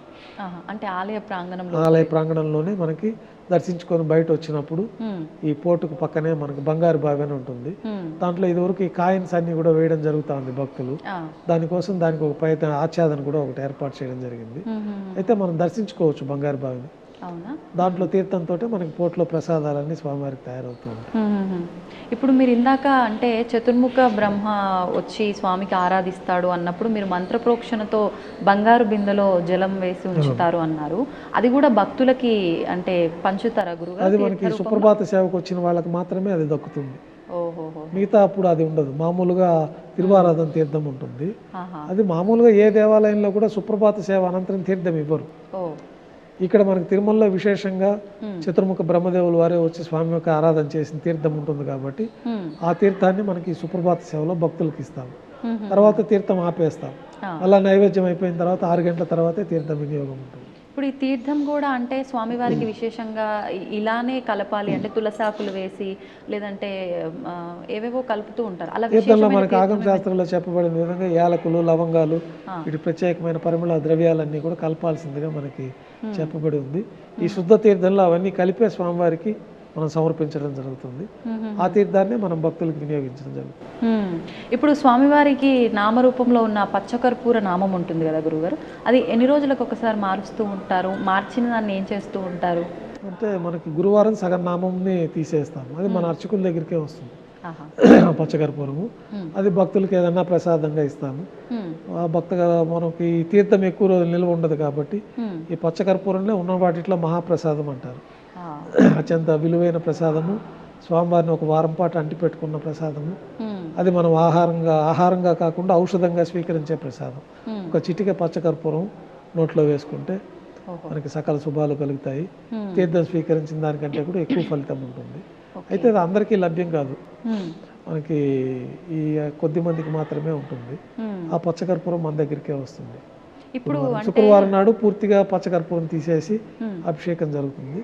అభిషేకం పూర్తయి నిజపాద దర్శనం అయిపోయిన తర్వాత స్వామివారికి మళ్ళీ ఈ పచ్చకర్పూరంతో తిరునామం అలంకారం చేయడము, తర్వాత ఆభరణాలన్నీ అలంకారం చేయడము.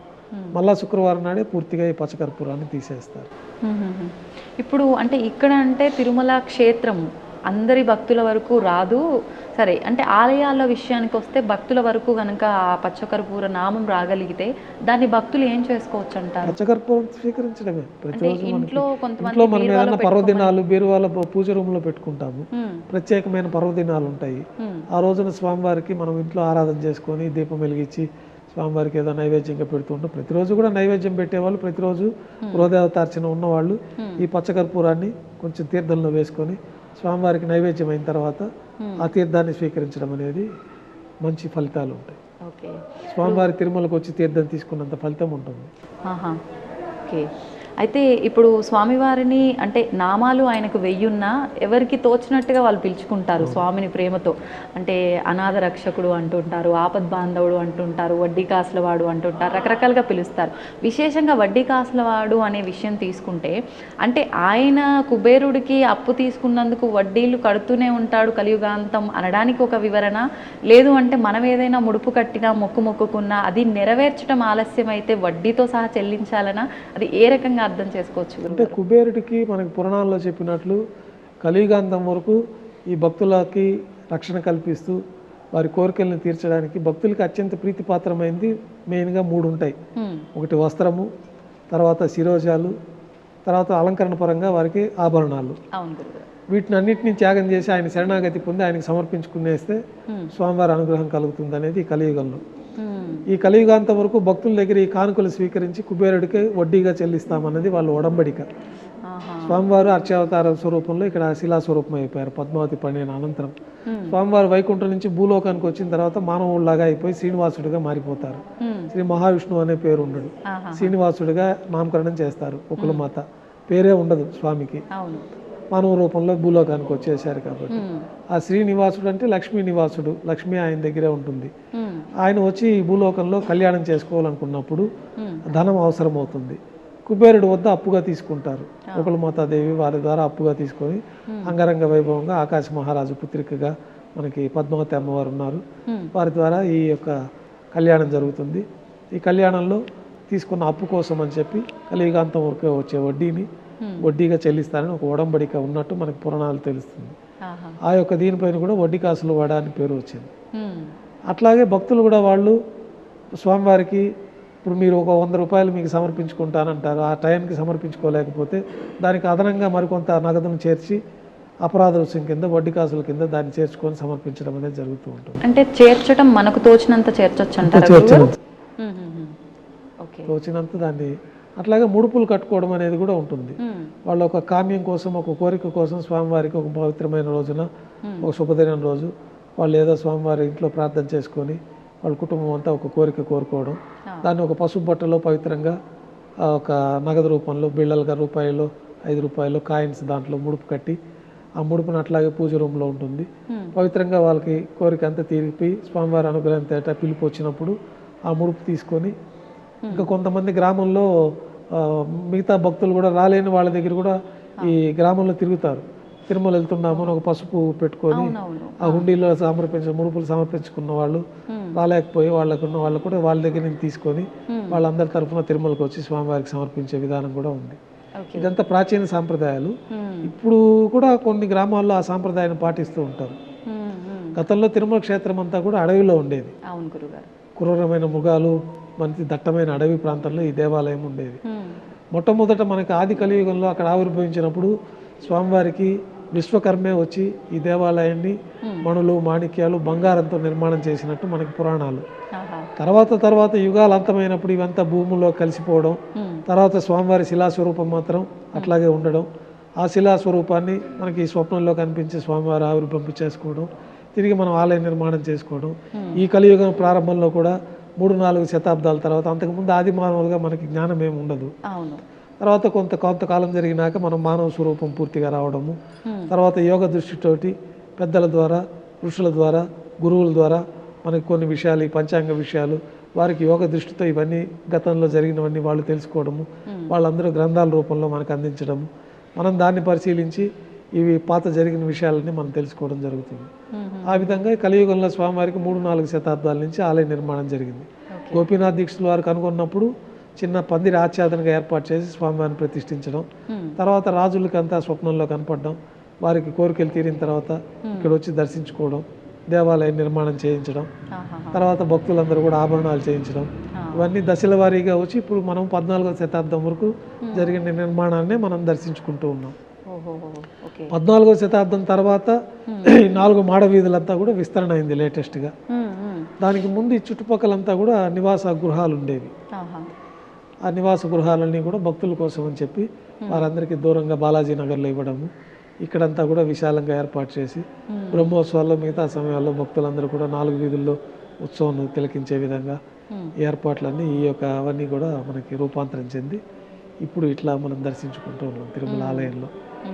ఇప్పుడు ముడుపు విశేషం గురించి చెప్పారు గురుగారు. కొంతమంది భక్తులు వాళ్ళ కామ్యం ప్రకారం ముడుపు కట్టి కోరిక నెరవేరినప్పటికీ ముడుపుని ఆలస్యం గనక చేస్తే స్వామి శిక్షిస్తాడా? మాకే అంటే ఏదైనా ఇబ్బంది వచ్చిందంటే ముడుపు చెల్లించడం మేము ఆలస్యం చేశాము, స్వామి మాకు ఈ రకంగా ఇబ్బంది కలిగించాడు అని చెప్పి భావిస్తూ ఉంటారు. నిజంగా స్వామి అలా ఇబ్బంది పెడుతుంటాడా? ఇబ్బంది పెట్టరు, వారికే అనిపిస్తుంది. మనకు ముడుపు చెల్లించడం అనుకున్నాము మనము, ఇది లేట్ అయింది కాబట్టి స్వామివారి మీద విశ్వాసం సన్నగిలినట్టే కదా. స్వామివారిని సదా శరణ కోరి నువ్వే దిక్కని మనము ముడుపు కట్టిన తర్వాత అది నెరవేర్చుకోవాలి. నెరవేర్చుకునే అవకాశం వాళ్ళకి కలగనప్పుడు దానికి మళ్ళీ కొంత అదనంగా వేసుకొని వాళ్ళు తిరుమలకు వచ్చి స్వామివారికి ముడుపులు నెరవేర్చుకొని వారికి పరిపూర్ణమైన శుభాలు పొందుతూ ఉంటారు. ఇప్పుడు చాలామంది ఈ మధ్య కాలంలో కొన్ని వాళ్ళ కామ్యాల ప్రకారంగా నోములు వ్రతాలలో భాగంగా సప్త శనివార వ్రతం అని చెప్పి చేస్తూ ఉన్నారు. నిజంగా ఇది స్వామివారి విశేషంగా ఉందా ఈ వ్రతం అనేది?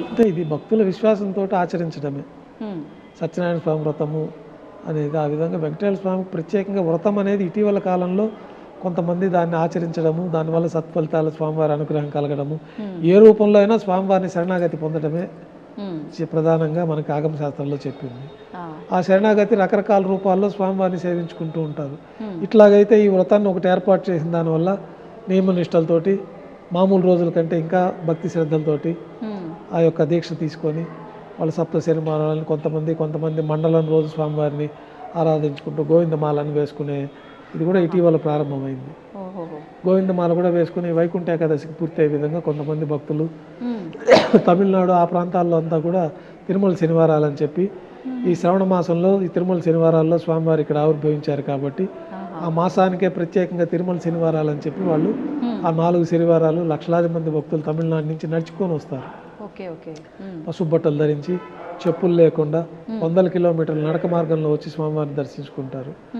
అట్లాగే గోవిందమాల వేసుకొని కొంతమంది ఆ రకంగా భక్తులు శ్రద్ధాభక్తులతో స్వామివారిని శరణాగతి పొందుతారు. ఈ తిరుమల శనివారాలు అని చెప్పి ఇటీవల కాలంలో ఈ యొక్క విధానంలో కూడా స్వామివారి అనుగ్రహాన్ని పొందుతూ ఉన్నారు.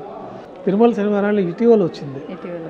అది మిగతా వ్రతాలు అన్ని విధంగానే ఈ వారం రోజులు ప్రతి శనివారము భక్తి శ్రద్ధలతో పిండి దీపాలు వెలిగించుకోవడము, గోవిందనామాలు అష్టోత్తర శతనామావళితో అర్చన చేసుకోవడము, ఇవన్నీ లేని వాళ్ళు కూడా ఆ గోవిందనామావళి ఉన్నది కదా శ్రీనివాస గోవింద అని, ఆ గోవిందనామాలతోటి స్వామివారిని స్మరించుకోవడము, వాళ్ళు పుష్పంతో ఆరాధన చేసుకోవడము, తర్వాత పండు నైవేద్యంగా పెట్టడం, ఇంకా కొంత భక్తి శ్రద్ధలతో చేసేవాళ్ళు విశేషంగా అన్నప్రసాదాలు కూడా తయారు చేసి స్వామివారికి నైవేద్యంగా సమర్పించుకోవడం. భక్తి శ్రద్ధలతో చేసుకుంటే వారికి ఈ 7 శనివారాలు 40 రోజులు మండలం రోజులు స్వామివారి అనుగ్రహం పొంది వాళ్ళకి శుభాలు జరుగుతూ ఉంటాయి. ఏ రూపంలో అయినా స్వామివారిని శరణాగతి పొందడమే మనకి వీటన్నిటి పరమార్థం. కానీ ఏదైనా చేస్తున్నాము అని అంటే కొంచెం నియమనిష్టలతో భక్తి శ్రద్ధ నియమనిష్టలతో చేసుకుంటారు. గురువుగారు ఇప్పుడు ముడుపుల గురించి మాట్లాడుకున్నాము, మొక్కుల గురించి మాట్లాడుకున్నాం. కొంతమంది ముడుపులు ఈ మొక్కులు మర్చిపోతుంటారు. ఏదో ఆపద వచ్చిందని చెప్పి మొక్కుకుంటారు. ఆపద తీరిన వెంటనే అంటే మర్చిపోవాలని కాకపోయినా ఏదో రకంగా మర్చిపోతూ ఉంటారు. కొన్నిసార్లు స్వామి కలలో వచ్చి చెప్తాడు అని అంటుంటారు. కొన్నిసార్లు ఎవరి రూపంలో వచ్చి ఒక హింట్ ఇస్తుంటాడు అంటారు. అది ఎంతవరకు వాస్తవం అంటారు? వాస్తవంగానే జరుగుతుంది. చాలా మంది భక్తులకు అనుభవాలు అయ్యి ఉంటాయి అవి. వారు ముడుపు ఏదో చెల్లిస్తామనుకొని వాడు మొక్కుదలు చెల్లించుకోవడంలో ఆలస్యం అవడము, తర్వాత స్వామివారికి ఏదో ఒక రూపంలో వారికి ఈ ముడుపు చెల్లించలేదు కాబట్టి కొంచెం వారికి సమయం సరిగ్గా ఉండకపోవడము, కొన్ని ఉపద్రవాలు ఎదుర్కోవడము, స్వామివారికి ముడుపు మర్చిపోయాం కాబట్టి నిర్లక్ష్యం చేసినట్టే కదా. దానికి మళ్ళా ప్రతిగా వాళ్ళు కొంత వచ్చి స్వామివారి అనుగ్రహం చేత ఆ ముడుపు చెల్లించుకుంటే మళ్ళా సకల శుభాలు కలగడము అన్నీ జరుగుతూ ఉంటాయి. ఇప్పుడు అంటే నిలువు దోపిడీ అంటుంటారు. ఏదైనా మొక్కుకుంటే స్వామికి మనం మర్చిపోయి ఎప్పటికీ ఆ మొక్కు చెల్లించకపోతే స్వామివారే అలా కొన్నిసార్లు ఏదో రూపంలో దాన్ని తీసుకుంటాడు అంటుంటారు. లేదు కొన్నిసార్లు మనం నిలువు దోపిడీ ఇస్తాము అని చెప్పి ఎవరైనా వాళ్ళ కామ్యం ప్రకారంగా మొక్కుకుంటే, ఆపదలో మొక్కుకుంటే వాళ్ళ ఒంటి మీద ఉన్న ఆ సమయంలో ఉన్న ప్రతి ఒక్క ఆభరణము ఇవ్వాల్సిందేనా? అసలు నిలువు దోపిడీ విధానం ఏంటి గురుగారు? అంటే వాళ్ళు ప్రార్థన చేసి వాళ్ళ యొక్క కష్టం తీవ్రతను బట్టి వాళ్ళు మొక్కుకుంటారు. సాధారణంగా నిలువు దోపిడీ అనేది అందరూ చేసుకోరు. బాగా తీవ్రమైన ఇబ్బందులు ఉన్నప్పుడు ఇంకా స్వామివారే రక్షణ శరణాగతి, ఇంకా వేరే మార్గం లేదు, ఆయన కాపాడకపోతే ఈ పరిస్థితుల్లో నుంచి గట్టి ఎక్కలేమన్న భావన ఉన్నప్పుడు కొంతమంది నిలువు దోపిడీ అనే మొక్కుకుంటారు. ఆ సమయంలో వారి ఒంటిపైన ఏమేమి ఉన్నాయో నగలు, ఆభరణాలు మొక్కినప్పుడు ఆభరణాలు మాత్రం వాటిని స్వామివారికి సమర్పించుకోవడంతో ఈ నిలువు దోపిడీ అనే మొక్కుదల పూర్తి అవుతుంది. అట్లాంటప్పుడు మాంగళ్యం కూడా వాడికి ఆ సదాసమం ఉంటుంది. వాళ్ళకి పెళ్లి అయిన వాళ్ళకి, పెళ్లి కాని వాళ్ళకి ఏముందో అది వేసుకుంటారు, చైన్లు, ఉంగరాలు. పెళ్లి అయిన వాళ్ళకి మాంగళ్యం కూడా ఉంటుంది. మాంగళ్యం కూడా స్వామివారికి సమర్పించారు మెట్టెలతో సహా. ఇక్కడ వచ్చేసి శ్రీవారి దర్శనం చేసుకొని తర్వాత హుండీ దగ్గరికి వచ్చి నరసింహస్వామి దగ్గర వాళ్ళు కొత్త మాంగళ్యాన్ని ధరింపజేసుకొని ఈ పాత మాంగళ్యాన్ని తీసి మిగతా నగలతో కలిపి హుండీలో సమర్పించుకోవడం అనే పద్ధతి ఈరోజు కూడా భక్తులు ఆచరిస్తూ ఉంటారు. ఈ మధ్యకాలంలో నాకు తెలిసిన వారు ఒకరు ఈ నిలువు దోపిడీ విషయం గురించి నాతో ఒకటి షేర్ చేసుకున్నారు గురుగారు. వాళ్ళు మొక్కినప్పుడు వాళ్ళకు కాలికున్న మెట్టెలు ఒక వరుసల్లాగా ఉన్నాయంట. అది తెలియకుండానే ఎక్కడో ఇరిగి సగం మెట్టె పోయింది. ఇప్పుడు నేను మొక్కినప్పుడు పూర్తి మెట్టె ఉంది, తర్వాత ఇప్పుడు సగమే ఉంది, మరి నేను దీని బదులు కొత్త మెట్టె తీసుకొని వేయాలా, లేకపోతే ఇంతవరకే ఉంది కాబట్టి ఇంతవరకే వేయాలా అనేది నన్ను ఒక సందేహం అడిగారు. అంతవరకే ఉండేది అంతవరకే వేయచ్చు, మన శరీరం పైన ఉండేదే వేస్తాం కాబట్టి వేస్తాము. అట్లా వాళ్ళకి అది మిస్ అయిపోయింది, ఎక్కడో పోయింది, ఇరిగిపోయి కనపడలేదు అనిపించినప్పుడు దానికి సమానంగా ఏదన్నా మరొక మెట్టెలు తీసుకొని ఆ ద్రవ్యానికి సమానంగా వేసుకోవడం అనేది కూడా చేసుకోవచ్చు. గురుగారు, భక్తులు ఎన్నెన్నో అనుభవాలని స్వామివారు స్వయాన మాకు ఏదో ఒక రూపంలో కనిపించారని, కలలో వినిపించారు అని చెప్తూ ఉంటారు. మరి అంటే భక్తులు భక్తితో ఉన్నందుకే అంత వాళ్ళపైన అనుగ్రహం చూపిస్తారు. మీరు నిత్యము స్వామివారి సన్నిధిలోనే ఉంటూ ఉంటారు, వారి సేవల్లోనే మునిగిపోతూ ఉంటారు. మరి మీకు స్వామివారితో ఏమైనా అనుభవాలు జరిగాయా ఇప్పటి వరకు? మాకు ఆయన సేవ లభించడమే చెప్పలేని దివ్యానుభూతి. ఇన్ని 100 కోట్ల జనాభాలో పరిమితంగా మా యొక్క 4 కుటుంబాల్లో సుమారు 35-40 మందికి మాత్రమే అనునిత్యం స్వామివారికి ఒక పసిపిల్లవారికి చేసుకున్న విధంగా సేవ చేసుకునే భాగ్యం లభించడమే ఇంతకు మించిన భాగ్యం అయితే ఇంకా ఎవరికి ఉండదు. మనం కూడా ఊహించిన భాగ్యం అది. అటువంటి సేవా భాగ్యం మనకు లభించడమే మాకు తీవ్రమైన అనుభూతి. ఈ అనుభూతి మాటల్లో మనం చెప్పుకోలేము. మొదటగా మన పెద్దవాళ్ళ ద్వారా నుంచి మన దేవాలయంలో చిన్నప్పటి నుంచి వాళ్ళతో పాటు వస్తూ ఉంటాము. ఈ విధి విధానాలు, ఆగమ శాస్త్రాలు అభ్యసించడము, ఇక్కడ సాంప్రదాయాన్ని నేర్చుకోవడము, తర్వాత మనకి ఆగమం పూర్తి అయిపోయిన తర్వాత పాదసేవ అని మొట్టమొదటి కార్యక్రమం ఉంటుంది. ఆ పాదసేవతోటి నాకు మీరు సంతానంగా ప్రసాదించిన ఈ పుత్రుడిని కూడా మీ యొక్క సేవకి అంకితం చేస్తున్నాము అనే భావంతో ఆ పాదసేవ అనే కార్యక్రమం మన పెద్దవాళ్ళ ద్వారా జరుగుతుంది. ఎన్ని సంవత్సరాల వయసు? 17 సంవత్సరాల తర్వాత. మనకి ఉపనయనం అయిపోయిన తర్వాత నుంచి చేసుకోవచ్చు. అయితే మనకి వేద విద్యను అభ్యసించడానికి ఇప్పుడు కాబట్టి కొంచెం 16-17 ఏళ్ళు. మామూలుగా అయితే 7వ ఏట నుంచే ఉపనయనం పూర్తి అయిపోయిన తర్వాత మనం ఈ విద్యనంతా అభ్యసించి 14-15 ఏట మనకి ఆగమ శాస్త్రాలు పూర్తి అయిపోతే ఆయన పాదసేవ చేసుకొని ఆయన సేవకు అంకితం చేస్తారు. ఆ చేసినప్పుడు మొట్టమొదటిగా స్వామివారిని ప్రార్థన చేసుకున్నప్పుడే మనకి దివ్యమైన అనుభూతి, ఆ దివ్యమైన శక్తికి భయపడతాం కొంచెం. తర్వాత స్వామివారితోటి సాన్నిహిత్యం ఏర్పడిపోయిన తర్వాత మన తల్లి తండ్రి వాళ్ళతో సన్నిహితంగా ఉన్నట్టుగానే స్వామివారి దగ్గర భయభక్తులతోటి మనం నిత్యం ఒక పసిపిల్లవారికి చేసుకున్నట్టుగా శ్రద్ధాభక్తులు భయభక్తులు శుచి శుభ్రంగా నియమనిష్టలతోటి మనకి శాస్త్రాల్లో చెప్పబడే విధంగా మంత్రయుక్తంగా వీటన్నిటి లోపాలు ఏమన్నా జరిగితే కూడా ప్రతిరోజు శరణాగతితోటి స్వామివారిని ప్రార్థన చేస్తూనే ఉంటాం. ముందు గుళ్ళోకి వెళ్ళడమే, ఇంట్లో బయలుదేరేటప్పుడే మేము స్వామివారికి గృహదేవతార్చనలోనే స్వామి మీరు మాలో ప్రవేశించి మీ యొక్క కైంకర్యాలు చేయించుకునే విధానాన్ని చేసుకోవాల్సింది. ఈ మానవ దేహం వల్ల ఏదైనా తప్పులు జరిగితే మన్నించాలా, మీ సేవ కోసం మాకు ఈ జన్మను ప్రసాదించారు, మీరు మాలో ప్రవేశించి మీరు సేవ చేసుకోవాల్సిందే, కానీ మీకు సేవ చేసేంత శక్తి మానవ దేహానికి మాకు తెలిసి లేదు, మీరు ఇచ్చారు కాబట్టి జన్మ, మీరు మాలో ప్రవేశించి సంతృప్తికరమైన సేవ చేయించుకోవాల్సిందిగా శరణాగతి పొంది ఆ మంత్రాల ద్వారా మనం ఆలయంలోకి ప్రవేశిస్తాము. ఆలయంలోకి ప్రవేశించిన తర్వాత కూడా ప్రతి పూజ ప్రారంభంలో ఈ శరణాగతి మంత్రాలను చెప్పుకొని, ఎందుకంటే సాక్షాత్తు మహావిష్ణువు స్వరూపంలో నుంచే దేవతలు ఋషులే మేము మీకు చేయలేమని చెప్పినాక మనం మానవమాత్రలో ఈ జన్మలో మనం ఆయనకు చేయడం అనేది అసాధ్యమైన విషయం. అయితే ఆయన స్వరూపం మనలోకి వస్తే మనం చేయగల శక్తి మనకు వస్తుంది. అది అట్లాగే మనకి స్వామివారి స్వరూపంలో నుంచి మన విఘ్నమునీంద్రులని మన గురువు గారు ఆయన ఆవిర్భవించడం, ఆయన ఈ విధి విధానాలన్నీ ఏర్పాటు చేయడము, ఈ విధి విధానాల్లో ఆ మంత్రపూర్వకంగా భగవంతుడి శక్తి మనలో ఆవాహన అయితేనే మనం చేయగలిగే శక్తి వస్తుందని చెప్పడము, ఆ మంత్రాలు పఠిస్తూనే మనం స్వామివారి సేవ చేసుకోవడం జరుగుతుంది. గురుగారు, శరణాగతి అనే ఒక పదాన్ని మీరు చాలాసార్లు వాడడం జరిగింది. అసలు నిజమైన శరణాగతి అంటే ఏంటి? ఏ రకంగా చూపించాలి భగవంతుడి దగ్గర? అంటే అన్నీ వదిలేసి మన పనే దైవంగా భావించాలి, ఫలితాన్ని స్వామివారికి వదిలేయాలి. ఏది మంచి జరిగినా చెడు జరిగినా స్వామివారి నిర్ణయం ప్రకారమే జరుగుతుంది. అన్నిటికీ ఆ స్వామి జరిపిస్తూ ఉన్నారు. ఆయన పాదాలే శరణము, ఇంక వేరే దిక్కు లేదు. ఏమన్నా మీరే మమ్మల్ని ఏదన్నా ఈ జీవితాన్ని కడతేర్చి మోక్ష మార్గం, చివరికి కావాల్సింది ప్రతి ఒక్కరికి మోక్షము. ఈ దానికి సంబంధించి మానవ జీవితంలో కొన్ని బాధ్యతలు ఉంటాయి, కొన్ని ఆశలు ఉంటాయి, కొన్ని ఇవన్నీ నెరవేర్చాల్సిందిగా స్వామివారిని శరణాగతి పొందుతూ ఉంటారు. వారికి జాతకరీత్యా కానీ స్వామివారి అనుగ్రహం చేత కానీ ప్రత్యేకమైన సౌలభ్యాలు, ప్రత్యేకమైన వాళ్ళకి ధన సంపాదన మార్గాలు, ఇతర గృహ సంపాదన మార్గాలు, వివాహకరం చేయాల్సిన వారికి వివాహము, సంతానం కావాల్సిన వాళ్ళకి సంతానము, ఇవన్నీ స్వామివారిని శరణాగతి పొంది స్వామివారి యొక్క అనుగ్రహం పొంది ఇవన్నీ జరుగుతాయని బాగా నమ్మే వాళ్ళకి తప్పకుండా విశ్వాసంతో స్వామివారిని కొలిచి ప్రార్థన చేస్తే పరిపూర్ణంగా విశ్వాసం నెరవేరుతుంది. గురుగారు, ఇప్పుడు మార్గశిర మాసంలో ఎక్కువగా స్వామి ఆరాధన విశేషంగా చేస్తూ ఉంటారు.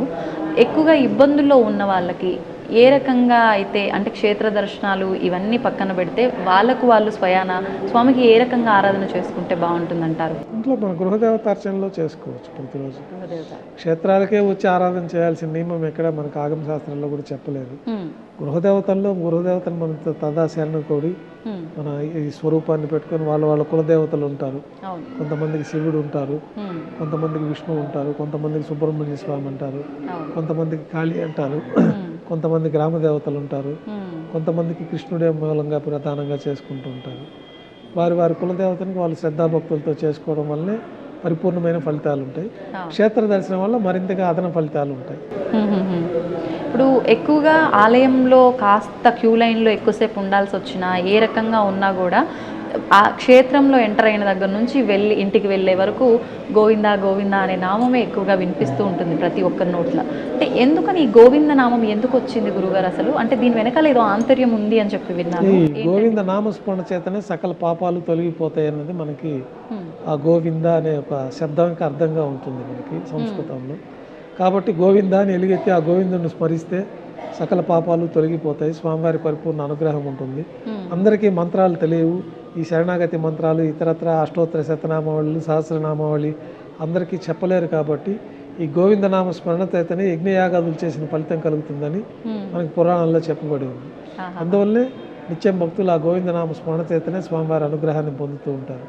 మీకు ఈ తిరుమల క్షేత్రంలో కూడా మీరు ఈ దివ్యశక్తి, ఈ తిరుమల క్షేత్ర శక్తిని పరిశీలించాలంటే మనం తిరుమల క్షేత్రానికి వచ్చిన దగ్గర నుంచి ఎన్ని కష్టాలు వచ్చి, రాత్రి నిద్ర లేకపోయినా, ఆహారం లేకపోయినా మనకి ఎప్పుడు తాజాగానే ఉంటుంది, కానీ మనకు అలసట తెలియదు. ఈ తిరుమల క్షేత్రంలో వాళ్ళు 24 గంటలు క్యూ లైన్లో ఉండి వేల మైళ్ళ దూరం నుంచి నడిచి వచ్చి స్వామివారిని దర్శనం చేసుకున్నాక వాళ్ళకి మంచి శక్తిగా ఉంటుందే కానీ ఆ నీరసం కానీ ఆ యొక్క ఇతర దేహము క్షీణించిపోవడం కానీ జరగదు. ఆ దివ్యమైన శక్తి వల్ల వాళ్ళు ఎప్పుడు ఉత్సాహంగానే ఉంటారు. మీరు ఎంత కష్టపడినా స్వామివారి తిరుమల క్షేత్రంలో మీకు ఆ కష్టం తెలియదు. ఇదంతా కూడా ఈ క్రీడాద్రి పర్వతాలు ఈ వైకుంఠంలో ఉండే ఒక పరిపూర్ణమైన శక్తి వల్ల ఇదంతా జరుగుతూ ఉంటుంది. గురుగారు, ఇప్పుడు అష్టాక్షరి మంత్రం యొక్క గొప్పతనం చాలా విశేషంగా చెప్తూ ఉంటారు. అసలు ఏంటి అష్టాక్షరి మంత్రం గొప్పతనం? అంటే నారాయణ అని చెప్పి మనం గనక నిత్యము నామస్మరణ చేసుకుంటూ ఉంటే కనీసం, అంటే కొన్ని పురాణాల్లో వింటూ ఉంటామండి, కనీసం మరణించే సమయంలో అయినా నారాయణ అని తలిస్తే పుణ్యలోకాలకు వెళ్ళిపోతారు అని చెప్పి, ఒకసారి ఆ వివరణ కూడా. మనకి పురాణాల్లో సులభమైన మార్గం అష్టాక్షరి మంత్రం. దాన్ని ఔపాసన చేసుకొని ఒక గురువు ద్వారా ఆ మంత్ర స్వీకారం చేసుకొని నియమనిష్టలతోటి వాళ్ళు ఎంత వీలైతే అంత ఈ అష్టాక్షరి మంత్రాన్ని ఓం నమో నారాయణాయ అనేది అష్టాక్షరి మంత్రం. మనకి ప్రహ్లాదుడు కూడా ఈ అష్టాక్షరి మంత్రంతో స్వామివారి పరిపూర్ణ అనుగ్రహాన్ని పొందుతారు. ఆ అష్టాక్షరి మంత్రాన్ని జపిస్తూ ఉంటే వారికి సకల శుభాలు కలుగుతాయి. తర్వాత ఓం నమో భగవతే వాసుదేవాయ 12 అక్షరాలు ఉంటాయి. ఈ యొక్క ద్వాదశ నామావళితో కూడా స్వామివారికి పరిపూర్ణ అనుగ్రహం ఉంటుంది. ఈ రెండు ఎట్లాంటి ఆగమశాస్త్ర మంత్రాలు తెలియకపోయినా ఈ యొక్క ఓం నమో నారాయణాయ నమః పాద్యం సమర్పయామి, ఓం నమో నారాయణాయ నమః అర్ఘ్యం సమర్పయామి, ఓం నమో నారాయణాయ నమః ఆచమనీయం సమర్పయామి అని మనము ఫలం నివేదన, మనం పూజలు నిత్యం ఇంట్లో చేసుకునే పూజల్లో కూడా మంత్రాలు ఏవి తెలియకపోయినా ఈ అష్టాక్షరి మంత్రం స్వామివారికి ఉపచారాలు, స్వామివారి ఆరాధన చేసుకుంటే పరిపూర్ణమైన ఫలితాలు ఉంటాయి. అందువల్లనే ఈ అష్టాక్షరి మంత్రానికి అంత విశేషమైన ప్రాధాన్యత ఉంది. ఇప్పుడు మీరు చెప్పిన అంటే అష్టాక్షరి మంత్రమైనా లేదంటే ఓం నమో భగవతే వాసుదేవాయ అని చెప్పి ఈ 2 మంత్రాలు ఏదైనా అంటే గురువు ఉపదేశం ఉంటేనే చెప్పుకోవాలంటారా గురుగారు? లేదంటే జనరల్గా గురువు ఉపదేశం తీసుకొని ఒక దగ్గర నుంచి తీసుకుంటే వాళ్ళకి దీక్షగా చేసుకోవడానికి అవకాశం ఉంటుంది. లేదా వారంతగా వారు కూడా తెలుసుకొని చేసుకోవడంలో కూడా పరిపూర్ణ ఫలితం ఉంటుంది. ఏదున్నా స్వామివారిని శరణాగతి పొందే మార్గాలలో ఈ యొక్క మంత్రాలు ఉపయోగపడతాయి మనకి. ఇప్పుడు ఈ మంత్రాలు ఆడవారు కూడా చేసుకోవచ్చు గురుగారు? భేదం ఏమీ లేదు, ఎవరైనా చేసుకోవచ్చు. ఆ మహిళా ముట్టు అట్లాంటి సమయాలు తప్పనించి మిగతా సమయాలలో స్వామివారి ఆరాధన చేసుకునే సమయాలలో అంతా కూడా అష్టాక్షరి మంత్ర పారాయణం చేసుకోవచ్చు. ఓకే. స్వామివారి విషయానికి వస్తే స్వామివారికి విశేషంగా భక్తులు భక్తితో ఉపవాసం ఉండాలి అంటే ఏకాదశి ఉపవాసం ఎక్కువగా ఉంటారు. అసలు ఈ ఏకాదశి ఉపవాసం వివరణ ఏంటి గురుగారు? మనకి 24 ఏకాదశులు ఉంటాయి సంవత్సరంలో. 12 కృష్ణపక్షంలో వస్తాయి, 12 శుక్లపక్షంలో వస్తాయి. మామూలుగా అయితే ఏకాదశి రోజు పూర్తిగా ఉపవాసం ఉంది స్వామివారి నామస్మరణ చేతనే ఆ రోజంతా గడపాలి. రాత్రి నిద్ర కూడా లేకుండా స్వామివారి నామస్మరణ చేతనే ఉండాలి. అంటే జాగ్రత్త ఏకాదశి ఉండి ద్వాదశి రోజు ఉదయాన్నే సూర్యోదయ పూర్వం పుష్కరంలో కానీ, నదిలో కానీ, సముద్రంలో కానీ, లేదా ఇంట్లో అయినా పరిశుభ్రంగా స్నానం చేసి తర్వాత స్వామివారిని దర్శించుకొని ప్రసాద స్వీకరణతో సూర్యోదయానికి ముందే ఆహారం స్వీకరించేయాలి. అప్పుడే ఏకాదశి వ్రతం అనేది పూర్తి అవుతుంది. 24 ఏకాదశులు ఉంటాయి. 24 ఏకాదశి వ్రత ఫలితాలు ఈ విధంగా చెప్పబడి ఉంది. దాంట్లో మళ్ళీ ఒక్కొక్క ఏకాదశికి ఒక్కొక్క ప్రత్యేకమైన ఫలితాలు కూడా చెప్పబడింది పురాణాల్లో. కాబట్టి 24 ఏకాదశులు చేయలేని వాళ్ళు వైకుంఠ ఏకాదశి పర్వదినం రోజున ఆ రోజు జాగారం ఉండడము, వైకుంఠ ఏకాదశి పర్వదినం రోజున స్వామివారికి ఉపవాసం ఉండి మరుసటి రోజు ద్వాదశి రోజున ఈ యొక్క దీక్ష విరమణ చేయడం అనేది జరుగుతూ ఉంటుంది. అందుకే వైకుంఠ ఏకాదశి కూడా అత్యంత ప్రాశస్త్యం ఉంది. మిగతా ఏకాదశుల్లో ఉండలేని వాళ్ళు కూడా ఈ వైకుంఠ ఏకాదశి రోజున స్వామివారిని దర్శించుకొని ద్వాదశి పర్వదినం రోజున కూడా దర్శించుకోవడము, నామస్మరణ ఇవన్నీ ఎక్కువ మనం ఇంట్లో అంత నియమ నిష్టలతో చేయలేం కాబట్టి ఏకాదశి రోజు స్వామివారి దర్శనం చేసుకొని ద్వాదశి రోజున దీక్ష విరమణ చేయడం అనేది చేసుకుంటూ ఉంటారు. కొంతమంది ఏకాదశి ఉపవాసం ఉన్న రోజున నీళ్ళలో తులసి ఆకులు వేసుకొని తీసుకుంటూ ఉంటారు, తులసి ఆకులు తింటూ ఉంటారు. ఇలా చేయొచ్చు అంటారా? తులసి భక్షణం చేయొచ్చు, ప్రసాదం స్వామివారి ప్రసాదం స్వీకరించవచ్చు. అది తిరస్కరణ అనేది ఉండకూడదు. ఒకవేళ దేవాలయానికి వెళ్ళారనుకోండి, వెళ్ళకపోతే ఇంట్లో వాళ్ళు పాటికి వాళ్ళు ఊరికే తీర్థం తీసుకొని ఉంటారు. తులసి తీర్థమే తీసుకోవాలని ఏం లేదు, వాళ్ళు ఆరాధన చేస్తారు కాబట్టి ఇంట్లో ఆరాధన తీర్థంగా తీసుకుంటారు. స్వామివారి ప్రసాదం తిరస్కరణ అనేది ఉండకూడదు, అది తీసుకోవాల్సిందే. మేము ఏకాదశి ఉపవాసం ఉన్నాం, మేము ప్రసాదం తీసుకోవడం అంటే గుడికి వచ్చి తీసుకోకపోతే అది కూడా దోషం అవుతుంది. కాబట్టి గుడికి వచ్చారంటే ప్రసాదం తీసుకోవడమే, స్వామివారే పిలిపించుకున్నట్టు గుడికి వెళ్ళారు. ఉపవాసంలో ఉన్నప్పటికీ తీర్థ ప్రసాదం